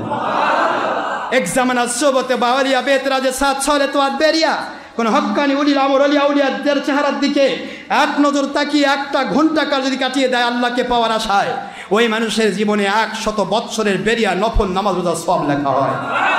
কোন হক্কানি আলেমের কাছে এসে যদি একটা মাত্র মাসলা শিখে, তাকে সঙ্গে সঙ্গে 1000 রাকাত নফল নামাজের সওয়াব দেওয়া হয়। এত কিছু যখন দেওয়া হলো, যার মাধ্যমে আমি জান্নাতের রাস্তা দেখতে পাচ্ছি, যার মাধ্যমে জাহান্নামের রাস্তা থেকে দূরে চলে আসতে পারছি, তার জন্য দাঁড়ালে শিরক হবে। আর ওই টাকার বস্তালার জন্য দাঁড়ালে ওটা ফরজ ওয়াজিব। হায় রে ডেয়ার ব্যাটারি মুন্সি, তোর আর কতদিন ঠিক হবি ধর্মের লেভেলধারী, বেঈমানির পথ বাদ দিবি। কথা ঠিক না ব্যাটা? তো দাঁড়ানো শিরক নয়। ইসলামী শরীয়তে এমন কোনো আয়াত বা কোনো হাদিস নাজিল হয় কোনো বিষয়কে উল্লেখ করে নির্দিষ্ট করে, খাস নুজুল খাস কিন্তু হুকুম আম। নুজুল খাস মুনাফিক বিষয়, মুনাফিক বিষয়ের ব্যাপারে আল্লাহ বলেছেন ফালা ওয়া রাব্বিকা লা ইউমিনু হাত্তা ইউহাক্কিমুকা ফীমা শাজারা বাইনাহুম থুম্মা লা ইয়াজিদু ফী আনফুসিহিম হাত্তা এখানে স্পষ্ট করে বলে দিয়েছেন যে আল্লাহ পাক বলেন আমি আল্লাহ পাক কসম করে বলছি, মুনাফিক বিষয় এবং তার পক্ষে যারা ওকালতি করে হযরত ওমরের বিরোধিতা করেছে সবাই কাফের, এরা কেউ মুমিন নয়। সুবহানাল্লাহ বলেন। এর আপনার পিছে নামাজ পড়তে পারে, কাবা ঘরে নামাজ পড়তে পারে, সারাদিন কোরআন নিয়ে ঘুরতে পারে, সারাদিন ওয়াজ নসিহত করতে পারে। ও আমার বন্ধু, ফালা ওয়া রাব্বিকা লা ইউমিনু হাত্তা ইউহাক্কিমুকা ফীমা শাজারা বাইনাহুম থুম্মা লা ইয়াজিদু ফী আনফুসিহিম হারাজাম মিম্মা কাদাইতা ওয়া ইউসাল্লিমু তাসলিমা। ওরা যদি আপনার দেওয়া ফয়সালা, আপনি যা হারাম বলেছেন তা হারাম, আপনি যা হালাল বলেছেন তা হালাল, আপনি যা জায়েজ বলেছেন তা জায়েজ, আপনি যা নাজায়েজ বলেছেন নাজায়েজ, আপনি যেটা রায় দিয়েছেন সেটাই রায়, এটা যদি বিনা চুচেরায়, বিনা যুক্তিতর্কে, বিনা আকল খাটিয়ে সন্দেহ মুক্তভাবে সন্তুষ্ট চিত্তে যতক্ষণ পর্যন্ত আপনার ফয়সালা মানতে না পারবে, ওরা যদি কাবা ঘরে আপনার পিছেও নামাজ পড়ে, ওরা মুসলমান নয়। আমি আল্লাহ ঘোষণা দিলাম, আমার কসম করে ওরা বেঈমান। নাউজুবিল্লাহ বলবেন না জোরে? এই আয়াতটা মুনাফিক বিষর বাহিনীর জন্য খাসভাবে নাজিল হয়েছে, ওমরের পক্ষে নাজিল হয়েছে। কিয়ামত পর্যন্ত যারাই আল্লাহর নবীর দেওয়া হালাল হারামকে উল্টাপাল্টা করবে, যারাই আল্লাহর নবীর দেওয়া ফয়সালাকে যুক্তি তর্কতে বিচার করার চেষ্টা করবে, যারাই আল্লাহর হাবিবের দেওয়া হালাল হারামকে জিদের বশবর্তী ও শয়তানের ধোকায় পড়ে আল্লাহর হাবিবের কথাগুলিকে অমান্য করার চেষ্টা করবে, এরা মুনাফিক বিশরের মতোই কিয়ামত পর্যন্ত বেঈমান থাকবে, এরা মুসলমান না। এটা খাস নুজুল খাস, হুকুম কিয়ামত পর্যন্ত আম থাকবে। আল্লাহর হাবিব বললেন, আবু বকর, ওমর, ওসমান, আলী সকলে দাঁড়িয়ে যান, সকল সাহাবী দাঁড়িয়ে যান আমার সাদ বিন মুআযের জন্য। এটা খাস নুজুল খাস। কিয়ামত পর্যন্ত যে ব্যক্তি আপনার ইমাম, যে ব্যক্তি আপনার পীর সাহেব, যে ব্যক্তি আপনার উস্তাজ, তিনি ছোট হোক আর বড় হোক, আর রিকশাওয়ালা হোক আর ডেলালা হোক, ও টেনশন আপনার নয়, তার জন্য সম্মান করে দাঁড়ানো, এটা নবীজির হাদিস মানা। জোরে বলুন সুবহানাল্লাহ। সাদ বিন মুআযের দাম কি সেই সময় আখেরি নবীর কাছে আবু বকর চেয়েও বেশি ছিল? তাহলে আবু বকর, ওমর, ওসমান, আলী সবাইকে কেন তার জন্য দাঁড়াতে বলা হলো? 17-18 বছর একটা যুবক, তার জন্য সব সাহাবী দাঁড়াবে, আর আখেরি নবীর জন্য বসে থাকতে হবে। এটাই বোধহয় নবী তোমাদের শিক্ষা দিয়েছে, ডেয়ার ব্যাটারি ছাগলের জাত। আমি বলতে চাই, আল্লাহ বোঝার তৌফিক দান করুন, কখনো যেন আমরা ভুল পথে না যাই। সবাই বলেন আমিন। আল্লাহর বান্দা রহমতের ফেরেশতারা, রহমতের ফেরেশতা চলে গেলেন, গিয়ে বলেন, ভাইজান ও টাকালা পয়সাওয়ালা বিশাল গাড়ি গাভীওয়ালা ভাই, হাজার হাজার লাখ লাখ গরু দিয়ে চারণভূমি ভরে গেছে, আমি বড় দুর্বল, বড় শোকাতুর, বড় কষ্টের ভিতরে আছি ভাইজান, দয়া করে আল্লাহ পাক আপনাকে যা দিয়েছেন একটি মাত্র গরুর বাছুর হলেও আমাকে দাও। লোকটি বলে, কিসের, কে দিল, কি চিন্তা নিয়ে এসেছো? ধোকা দিয়ে আমার কাছ থেকে গরু কামাই করতে চাও? তোমার মতো এইরকম ধোকা বাজার কাউকে দেখি নাই, বের হয়ে যাও, বের হয়ে যাও। মুহূর্তের মধ্যে আল্লাহর রহমতের ফেরেশতা যাওয়ার সময় বললেন, ভাইজান পূর্বে আপনি কি ছিলেন একটু চিন্তা করেন, যা ছিলেন তাই হবেন, কারণ আপনার ভিতরে আল্লাহর নিয়ামতের শুকরিয়া নাই। যেই মাত্র ওখান থেকে প্রস্থান হলেন, তার জীবনের সর্বস্ব বিলীন হয়ে গেল, সকল প্রকার গাভী সহ সকল বাছুরগুলি নাই হয়ে গেল। আল্লাহর বান্দা এবার আস্তে করে হাঁটি পা চলে গেলেন ওই ছাগলওয়ালা অন্ধের কাছে। যাওয়ার পরে ছাগলওয়ালা অন্ধ যখনই একটা কৃষকায় বৃদ্ধ মানুষকে দেখতে পেয়েছে, বহু দূর থেকে আসসালামু আলাইকুম ইয়া আখি সালাম দিয়ে বলে, আমার ভাই আপনি কেমন আছেন? মনে হয় কত আগের পরিচয়। লোকটি সালামের জবাব দিয়ে বলেন, ভাইজান আমি বড় বিপদে রয়েছি, আমাকে একটা ছাগল দিলে কি দেওয়া যায়? আপনাকে তো আল্লাহ অনেক ছাগল দিয়েছে। আল্লাহর বান্দা বলে, ভাইজান আমার আল্লাহ দয়া করে আমাকে অন্ধ থেকে আমার গোটা জগৎ দেখার মতো তৌফিক দিয়েছেন। এর চাইতে বড় পাওয়া আমার জীবনে কিছু নাই। এই ছাগলগুলি আমার নয় ভাইজান, এগুলি আমার আল্লাহর দেওয়া নিয়ামত। যতগুলি দরকার আপনার, আপনার মতো করে আপনি নিয়ে যান।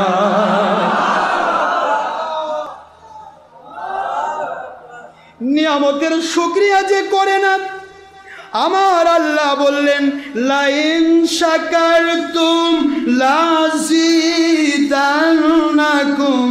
ওয়া লাইন কাফারতুম ইন্না আযাবি লাশাদীদ। কোরআন শরীফের সূরাতুল ইব্রাহিম আলাইহিস সালাম আয়াত শরীফ নম্বর 7 আমার আল্লাহ বললেন, যারা আমার নিয়ামতের শুকরিয়া করে আমি আল্লাহ তাদের নিয়ামত বাড়ায়া দেই।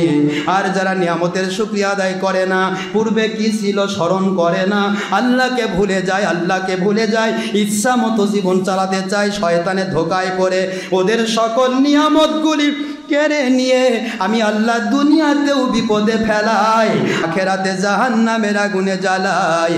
একথা আমার আল্লাহর যদি হয়ে থাকে আজকের দিনে আমরা যেই নিয়ামতের মালিক হলাম, আল্লাহর শুকরিয়া করে আল্লাহর পথে যদি ফিরে না আসি বাবা, আমরা কিন্তু ধ্বংস হয়ে যাব। অতীত স্বীকার করতে হবে, তাহলে আপনার শুকরিয়া বের হয়ে যাবে। আমি কে ছিলাম আর মুই কি হলুরে, শয়তান আর ধোকা দিতে পারবে না। সঙ্গে সঙ্গে আল্লাহর রহমতের ফেরেশতা বলেন, ভাইজান আমাকে কি চিনতে পেরেছেন? ঝোলালাটি শেষ পূর্বের সেই সুন্দর চেহারার মানুষ। ওই ভাইজান আপনাকে চেনার দরকার নাই, আমি আমার আল্লাহর গোলাম, আমার নবীজির মহব্বতে আল্লাহর গোলাম, আপনি নিয়ে যান। কই ভাই আমার কোনো কিছুর দরকার নাই, যা ছাগল ছিল মতান্তর আছে, পুরা ছাগলের ডবল ছাগল হয়ে গেল। আল্লাহর বান্দা আরো বরকত দিয়ে আল্লাহর কাছে চলে গেলে। নিয়ামতের শুকরিয়া করতে হবে। আমরা পরশ্রী কাতর হই, কেউ আমার সামনে অন্য কারো প্রশংসা করুক, শয়তান খালি ভিতরে জ্বালা পোড়া করায়, শয়তান ধোকা দেয়। একটা বাদশার ব্যাপারে একটা কিতাব পড়লাম, বাদশাটা বড় সুন্দর ছিল, যেখানেই বের হতো সেখানেই তার প্রশংসা হতো, বাদশা খুব ভালো, বাদশা খুব ভালো। আর ও তো নফসের গোলাম, খুব খুশি, আমার খুব প্রশংসা করতেছে মানুষ। হঠাৎ করে আল্লাহ পরীক্ষা করার জন্য একটা রহমতের ফেরেশতাকে শ্বেত হাতি বানালেন। কি হাতি আব্বা, কথা বল না, সাদা হাতি পাওয়া যায়, শ্বেত হাতি। তাকে বলা হলো যে আপনার কাছে আল্লাহ মহব্বত করে একটা শ্বেত হাতি দান করবে, আপনি এটা সদ্ব্যবহার করবেন। বাদশা খুব খুশি হলো, সম্ভবত বনী ইসরাইলের যুগের ঘটনা। বাদশা খুব খুশি হয়ে শ্বেত হাতি গ্রহণ করলো, শ্বেত হাতির উপরে চললো, সমস্ত মানুষগুলি খুব খুশি। আরে বাদশা কত ভালো, কি সুন্দর একটা হাতির উপর চলছে, যেমন সুন্দর বাদশা তেমন সুন্দর হাতি। এই যেই মাত্র কইছে তেমন সুন্দর হাতি, সেই মাত্র ওর শয়তান ওর মাথার মধ্যে ধোকা দিতে, কি কয় আমার প্রশংসা না করে হাতির প্রশংসা করে কেন? আমার কথা কি বুঝে আসে? আসলে কিন্তু হাতির প্রশংসা করলে কিন্তু বাদশারই প্রশংসা হচ্ছে, ঠিক না? ঠিক। কিন্তু এটাও শয়তান ওকে বুঝতে দিল না। বাদশা মহাবিপদে পড়লো, কষ্টে, হে হয়রান, আমার প্রশংসা করে দেশের মানুষ হাতির প্রশংসা করবে, হতেই পারে না, এ হাতি আমার দরকার নেই। সে হাতিকে নিয়ে একটা এলাকায় গেল, একটা বিশাল বড় পর্বতের উপর উঠালো। পর্বতের উপর উঠে বলতেছে, হাতি পর্বতের উপর উঠে সে নিজে সুন্দর একটা জায়গায় নেমে বলতেছে, ওই পর্বতের উপর চলে যাও, যেটা একটা ভঙ্গুর পর্বত, মানে হাতিটাকে ফেলে দিয়ে মারতে চায়। আমার কথা কি বুঝতে পেরেছেন? আসলে ওই হাতিটা ছিল নিয়ামত, ওটা যদি সে ব্যবহার করতে পারতো তার বাদশাহী জীবন ধন্য হতো, হাজার রকমের নিয়ামত আসতো। রহমতের ফেরেশতা তাকে সাহায্য করার জন্য এসেছে, গয়েবী মদদ। কিন্তু লোকটি বুঝতে পারলো না, সে বলল যে আমার প্রশংসা না করে হাতির প্রশংসা করে এমন হাতি আমি রাখতে চাই না। লাস্টে গিয়ে হাতিটাকে যখন ওটাতে তুললো, সমস্ত মানুষ দুর্নাম করা শুরু করলো, এরকম একটা বাদশাহ, এত বড় শয়তান বাদশাহ হতে পারে, এত সুন্দর হাতি মারার চেষ্টা করতেছে। বাদশাহ আরও হয়রান হলো, কে রে আমাকে এরকম গাল পাচ্ছে, যেই মানুষ আমার এত প্রশংসা করতো সেই মানুষ আমাকে গালাচ্ছে, গালি দিচ্ছে, তিরস্কার করছে। বাদশাহ আরও পাগল হয়ে গেল, মাথা দিগ্ভ্রান্ত হয়ে গেল। হাতিটা তো নির্দিষ্ট জায়গায় গিয়ে বুঝতে পারলো যে এ তো আমাকে মারতে চায়, আস্তে করে আল্লাহ রহমতের ফেরেশতা, ও তো উড়ে যাবে। হাতিটা আস্তে করে পাকা গজালো, উড়ে উপরের দিকে যাওয়ার কয়, বাদশাহ চাইছিলাম নিয়ামত দিতে, পাইলেন না, তবে আপনার ধ্বংস আপনি নিজেই ডেকে আনলেন। হাতিও উড়ে গেল, বাদশাহ মাথা চুলকাতে চুলকাতে পিছন দিকে যাওয়া শুরু করলো। হঠাৎ করে তার পর্বত থেকে নিচে দিকে গড়তে গড়তে পড়ে একবারে জীবনের মতো জাহান্নামে চলে গেল। নাউজুবিল্লাহ পড়বেন না চলে। এজিদ বাহিনীকে যারা মেরেছিল তাদের প্রধানের নাম ছিল মুক্তার সাকাফি। বুঝতে পারতেছেন আপনারা? মুক্তার সাকাফির জীবনটা ছিল সবচাইতে বড় সাকসেসফুল একটা জীবন। সে একটা বার কোনোদিন বাতিলের সাথে আপোষ করেনি এবং সমস্ত এজিদ বাহিনী ৭০,০০০ মানুষকে সে ধরে ধরে জবাই করে একবারে জম্মের মতো শাস্তি দিয়েছে। সুবহানাল্লাহ বলেন। সেই মুক্তার সাকাফি যখন তার কিয়াম অর্থাৎ তার বিরাট খেলাফত চলছে, চারদিকে রমরমা তার বিজয়, এই বিজয়ের ভিতরে শয়তান ধোঁকা দিল আব্দুল্লাহ বিন সুমাইরকে। সৌদি আরবের ওহাবি, তৎকালীন ওহাবিদের সাথে যুদ্ধ হচ্ছে। এই যুদ্ধে যদি উনি বিজয় লাভ করতেন তাহলে মুক্তার সাকাফি পুরা মধ্যপ্রাচ্যের যিনি খলিফা হতেন। সুবহানাল্লাহ জোরে বলেন। তো মুক্তার সাকাফির আন্ডারে আব্দুল্লাহ বিন সুমাইরকে পাঠানো হলো সেনাপতি করে, কিন্তু তার চূড়ান্ত বড় একজন বন্ধু, ছোটকাল থেকে তার বন্ধুত্ব করেছেন ইরানি কিয়ান নামে একটা ছেলে। সেই ছেলেটা এত বীর যোদ্ধা, কোনো জায়গায় সে পরাজিত হয়নি আল্লাহর দয়ায়। তার ভিতরে হোসাইনের মহব্বত তার রন্ধে রন্ধে বিরাজ করত। তো ইরানিরা আবার ঘোড়া সারা যুদ্ধ করতে পারতো না, ওরা এমনি পদব্রজে যুদ্ধ করলে হেরে যায়, ঘোড়াতে যুদ্ধ করলে ওদেরকে হারানোর খুব কঠিন। কথা কি বুঝতে পারছেন? তো প্রথম যখন যুদ্ধ হলো, প্রথম জেহাদে জ্ঞান এমনভাবে যুদ্ধ করলো, পুরা ওই ওহাবি গোষ্ঠী তছনছ হয়ে তারা ফিরতে পিছন ব্যাকে যেতে বাধ্য হলো। সুবহানাল্লাহ বলে ফিরে আসা হলো টেন্টে। চূড়ান্ত বিজয় দেখে শয়তানের আর ভিতরে জ্বালাপোড়া শুরু হলো। এভাবে যদি মুক্তার বিজয় লাভ করে তাহলে তো ওহাবিরা চিৎ দিকবে না, এদের জীবন তো ধ্বংস হয়ে যাবে, এরাই তো খেলাফত চালু করবে। এই জন্য শয়তান এই আব্দুল্লাহ বিন সুমাইর, যাকে সেনাপতি বানানো হয়েছে, এই সুমাইরের কাছে ছিল এক বন্ধু, তার নাম ছিল আব্দুল ওয়াহাব। বোঝার চেষ্টা করবেন। আব্দুল ওয়াহাবের উপর শয়তান ঢুকলো। ওহাবিদের টাকা খেয়ে সে কুটকুট কুটকুট করে বন্ধুকে বলতে লাগলো যে তুমি কি জানো কিয়ান যে এত বড় যুদ্ধে বিজয় লাভ করলো তার কারণ কি? সে চায় তোমার জায়গা দখল করতে, তোমাকে সে নেতা মানতে চায় না। ধোকা। ইবনে সুমাইর চিন্তা করলো আমার উপর নেতৃত্ব করতে চায়, বলে হ্যাঁ। বন্ধুর কথা মানতে গিয়ে এই উলাইকার হামজা, এই হামজার ফাঁদে পড়ে শয়তানের ধোকায় পড়ে সে ফুটবল খেললো, নিজে নিজে শয়তানের ফুটবলের আওতায় ঢুকে গেল। ইবনে সুমাইরকে আব্দুল ওয়াহাব বলল যে আপনার জায়গায় সে উঠতে চায়, যার কারণে সে এত বীরত্ব দেখাচ্ছে। তিনি চিন্তা করেন তার প্রমাণ কি? আপনি একটা অর্ডার করে দেখেন, সে মানবে না। কি অর্ডার? এবারে জেহাদে যখন যাবে তখন আপনি বলেন যে তোমরা তো ঘোড়ায় জেহাদ করো, আজকে তোমাদেরকে জেহাদ করতে হবে পদব্রজে। দেখেন আপনার কথা মানবে না, তার মানে সে বোঝাতে চাইবে যে সে নিজেই এখানকার সেনাপতি। নাউজুবিল্লাহ। কিন্তু কিয়ান অত্যন্ত ভক্ত ছিল, হোসেইন ভক্ত এবং মুক্তারের ভক্ত। কিয়ান কোনোদিন কোনো ক্ষেত্রেই সেটি এক দিক তিনি বিদ্রোহ করেননি। তিনি প্রথমে যখন শুনলেন ইবনে সুমাইর বলে, ইবনে সুমাইর বলতেছে কিয়ান তুমি কি আজকে বিজয় লাভ করতে চাও? বলে হ্যাঁ। যুদ্ধ করতে চাও? বলে হ্যাঁ। যুদ্ধ যদি করতে চাও তাহলে আমার কথা মানতে হবে অবশ্যই, আপনি তো আমির, আমার নেতা, এখানকার আপনি সর্দার, আপনাকে তো মানতে আমি বাধ্য। তাহলে আপনি কতটুকু আমাকে মানেন তা পরীক্ষা করব কি? আপনি আজকে ঘোড়ায় চড়ে আপনার ইরানি বাহিনীতে যুদ্ধ করতে পারবেন না, আপনার ইরানি বাহিনী নিয়ে আপনি পদব্রজে যুদ্ধ করবেন। নাউজুবিল্লাহ বলে। এই যে শয়তানি ধোঁকা, এই ধোঁকাটাই হলো ওই ইবনে সুমাইরের মৃত্যুর কারণ। এবং হজরতে এখানে এই যে মুক্তার সাকাফি, সেই সময়ে মুক্তার সাকাফি বীর বাহাদুর, সেই বীর বাহাদুরের খেলাফতের পতনের কারণ। নাউজুবিল্লাহ জোরে বলেন। একটা শয়তান কোনো জায়গায় ধোঁকা দিয়ে কত ক্ষতি করে চিন্তা করেন। কিয়াম একটা কথা তাকে স্মরণ করলেন, আমির আমরা তো ইরানবাসী, আমরা তো পদব্রজে যুদ্ধ করে জিততে পারি না, আমরা ঘোড়ায় চড়ে যুদ্ধ করে অভ্যস্ত, দয়া করে এইটুকু কি মানলে হয় না? আমাকে এতটুকু সুযোগ দিলে হয় না? এই অনুরোধটুকু করলেন। বলে না তুমি যদি আমাকে আমির মানো তাহলে আমার কথা মানতে হবে। কিয়ান বীরের মতো যুদ্ধ করলো, নিজের রক্ত দিয়ে পুরা বাহিনীকে জাহাদের ময়দানে হোসেইন রাদিয়াল্লাহু এবং মুক্তারের জন্য আল্লাহর সন্তুষ্টির পক্ষে নিজেকে বিলীন করে দিয়ে শহীদ হয়ে গেলেন। জোরে বলুন সুবহানাল্লাহ। যেই মাত্র কিয়ান শহীদ হয়ে গেল, ইবনে সুমাইরের উপর থেকে শয়তান বিদায় হলো। ইবনে সুমাইর বুঝতে পারলো আমাকে ধোঁকা দেওয়া হয়েছে। আমি কেনই কিয়ানকে আমি দাড়ি ঘোড়া বাদ দিয়ে পথে ব্রজে জেহাদ করতে বললাম? আমার বন্ধু আব্দুল ওহাব আসলেই তো ওই শয়তান দ্বারা সে ধোঁকাগ্রস্ত, সে আমাকে ধোঁকা দিয়েছে। পরে জানা গেল আব্দুল ওহাব ওহাবিদের পক্ষ থেকে মোটা অঙ্কের দিনার টাকা নিয়েছে। মুসলমান সোনার ভাই, ইবনে সুমাইর পরের জিহাদে আহত হলো, শহীদ হয়ে গেল।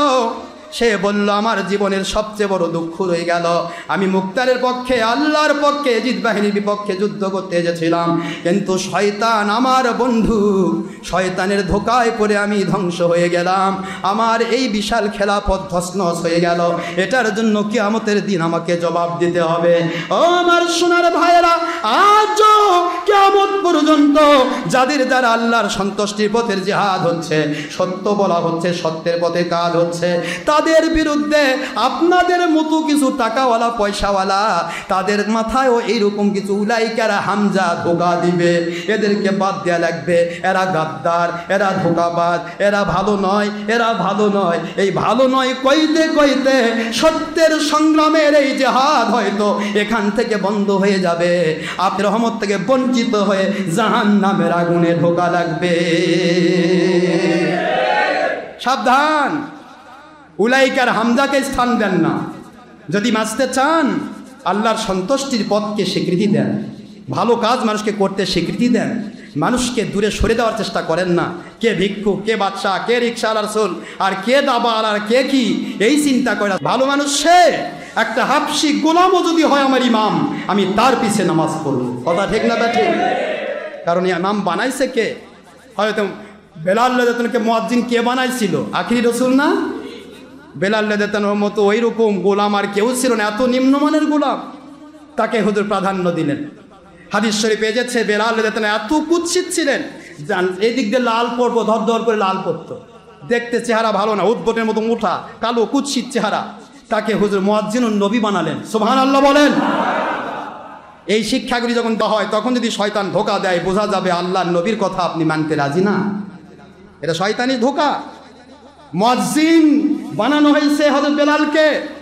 বেলাল রাদিয়াল্লাহু তাআলা আনহু, ওনাকে একদিন কোনো একজন, আমি নাম বলবো না কারণ নাম বলে গীবত হবে, সাহাবীদের নাম বললে আমার আল্লাহর কাছে ধরা খেতে পারবো না, একজন ব্যক্তি বেলাল রাদিয়াল্লাহু তাআলাকে কালো মায়ের সন্তান বলে গালি দিল।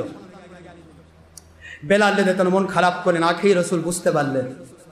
আল্লাহর বন্ধু তাকে ডাকলেন, সুন্দর সুস্থি চেহারার মানুষ, কুলের কৌলিনের ভারাক্রান্ত, বংশের আভিজাত্যের গৌরবে গৌরবান্বিত একজন ব্যক্তি।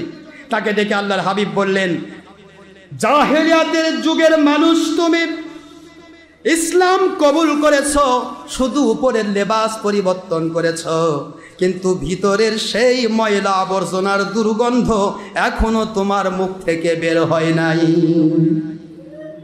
কি কথা, এখনো তোমার ভিতরে দুর্গন্ধ রয়েছে। এই কথা যখন বলা হলো, ওই ব্যক্তিটি বুঝতে পারলেন আল্লাহর হাবিব অসন্তুষ্ট হয়েছে। মুহূর্তের মধ্যে তিনি মসজিদে নববীর বারান্দায় শুয়ে পড়লেন। শুয়ে পড়ার পর আল্লাহর কসম, হযরতে বেলাল রাদিয়াল্লাহু আনহু যতক্ষণ পর্যন্ত তার কালা কুৎসিত পা দিয়া আমি সুন্দর মানুষের উপর দিয়ে পাড়া দিয়ে না যাবে, ততক্ষণ পর্যন্ত আমি এখান থেকে উঠব না। আল্লাহর বন্ধু ওটাই করলেন। আল্লাহর বন্ধু বললেন না তুমি ওঠো, তিনি শুয়ে থাকলেন। বেলাল রাদিয়াল্লাহু আনহু তাকে লাথি মেরে চলে গেল। এই লাথি মেরে দেখানো হলো দুনিয়ার কাউকে ছোট মনে করার ক্ষমতা কোনো বাদশারও নাই। জোরে বলুন সুবহানাল্লাহ। দুনিয়ার কাউকে ছোট মনে করা কোনো বাদশারও নেই। এটা আল্লাহর হাবিব শিক্ষা দিলেন। হাজার ঘটনা আমি তো দেখতে পাই, আমরা অনেকে বাংলাদেশে এমন লোক আছি, বাংলাদেশে আমি তো কোনো দল করি না, সকল দলের ঊর্ধ্বে আমি আল্লাহর পক্ষে কাজ করি, ঠিক না? ঠিক। তারপরেও কিছু লোক দলাদলির কারণে যারা বিএনপি জামাত করে, তারা আওয়ামী লীগ সরকার দেখতে পায় না, আওয়ামী লীগ যারা করে তারা বিএনপি জামাতকে দেখতে পারে না। কি কথা কন না, ঠিক না? এই যে একটা দলাদলি, এটা ধর্ম নিয়ে নয়, এটা তাদের দল নিয়ে, রাষ্ট্র নিয়ে। আওয়ামী লীগ সরকারকে অনেকে নাস্তিক বলে, আমি তো মনে করি নাস্তিক সরকার তো আপনারা মনে করতেছেন। অথচ বাংলাদেশের যিনি রাষ্ট্রপতি, যে কোনো এলাকার একটা মন্ত্রী, যে কোনো এলাকার একটা এমপি, ওই এমপির আন্ডারে যে মসজিদটা আছে, ওই মন্ত্রীর আন্ডারে যে মসজিদটা আছে, এবং রাষ্ট্রপতির আন্ডারে যে বায়তুল মোকাররম মসজিদ আছে, কোনো মসজিদের ইমামের যোগ্যতা কি ওই এমপির চেয়ে বড়, ওই মন্ত্রীর চেয়ে বড়? তাহলে তো তারাই ভালো আছে আপনাদের চাইতে। তারা একজনও তো বলেনি আমি এমপি, আমি মন্ত্রী, আমি রাষ্ট্রপতি, আমি কেন এই। তাও তো তারা যে ইমামের পিছনে নামাজ পড়ে বেশিরভাগই কওমি সার্টিফিকেট, অর্থাৎ ক্লাস 3-র সার্টিফিকেট নেয়। কথা করছেন না কেন? তাহলে ক্লাস 3-র সার্টিফিকেট নেয় এমন মানুষের পিছনে নামাজ পড়তে গিয়েও আপনাদের ভাষায় যারা নাস্তিক, আপনাদের ভাষায় যারা 2 নম্বর, সেই মানুষগুলি তো একদিন মনে করলো না আমি 3 পাসের লোকের পিছনে নামাজ পড়বো না, আমি তো অর্থে অনেক বড়। তাহলে বোঝা যায় তাদের চাইতে আপনারা অনেক নিকৃষ্ট। তারা তো নিকৃষ্ট বা প্রকৃষ্ট সেটা আপনারাই বোঝেন ভালো, কারণ রাজনীতির এপিট ওপিট নাই, সবই এক পিঠ। রাজনীতিতে কোনো না নাই, এখানে বুক পিঠ নাই, সবাই এক সমান। রাজনীতি যে করে সে উল্টাপাল্টা করবে, হারাম হালাল উল্টাপাল্টা করবে আর বলবে আমি হক পথে আছি। কিন্তু প্রশ্ন হলো যাদেরকে আপনি তুচ্ছ তাচ্ছিল্য করছেন, বরং তারাই আপনাদের মতো 2 নম্বর লোকের চেয়ে ভালো আছে। কারণ তারা একদিনও চিন্তা করেনি যে আমি বেশি দামি, আমি মসজিদ বানালাম এমপি সাহেব, আমি মসজিদ বানালাম মন্ত্রী সাহেব, আমি মসজিদে অনুদান নিয়ে এসে দিচ্ছি, আমি সব করতেছি, আর আমার ইমাম ক্লাস 3 পাস থাকবে, তার পিছনে আমি নামাজ পড়তে পারবো না। এমনকি যদি কোনো আওয়ামী লীগ নেতাও না বলে থাকে, তাহলে এই জায়গাতে যদি কেউ বলে অমুকের পিছনে আমি নামাজ পড়বো না, তাহলে তার আওয়ামী লীগ নেতা চাইতেও খারাপ, নিকৃষ্ট খারাপ। এটাই তো মনে করতে হবে, শুধু নিজেকে সাকা মনে করলে তো হবে না। আল্লাহ পাক বোঝার তৌফিক দিন, আকল মন্দ और समझदार के लिए इशारा काफ़ी है, जगह जी लगाए के लिए दुनिया नहीं है, इबरात की जाहे तमाशा नहीं है। আমি আপনাদের খেদমতে আরজ করেছি, আমি কাউকে কষ্ট দিতে চাই না। আল্লাহ আমাদের বোঝার তৌফিক দিন, তওবা করে ফিরে আসুন। আমরা জীবনের গুনাহ মাপ পেয়ে আল্লাহর কাছে জীবনের গুনাহ নেকিতে পরিবর্তন করতে চাই, আল্লাহর কাছে নাজাতি হতে চাই। ঠিক না? ঠিক জানেন? ওমা আলাইনা ইল্লাল বালাগুল মুবিন। هذا ما عند ما ينفع وعند الله رسوله صلى الله عليه وسلم بعد سبحانك اللهم وبحمدك أشهد أن لا إله إلا أنت أستغفرك وأتوب إليك السلام عليكم ورحمة الله وبركاته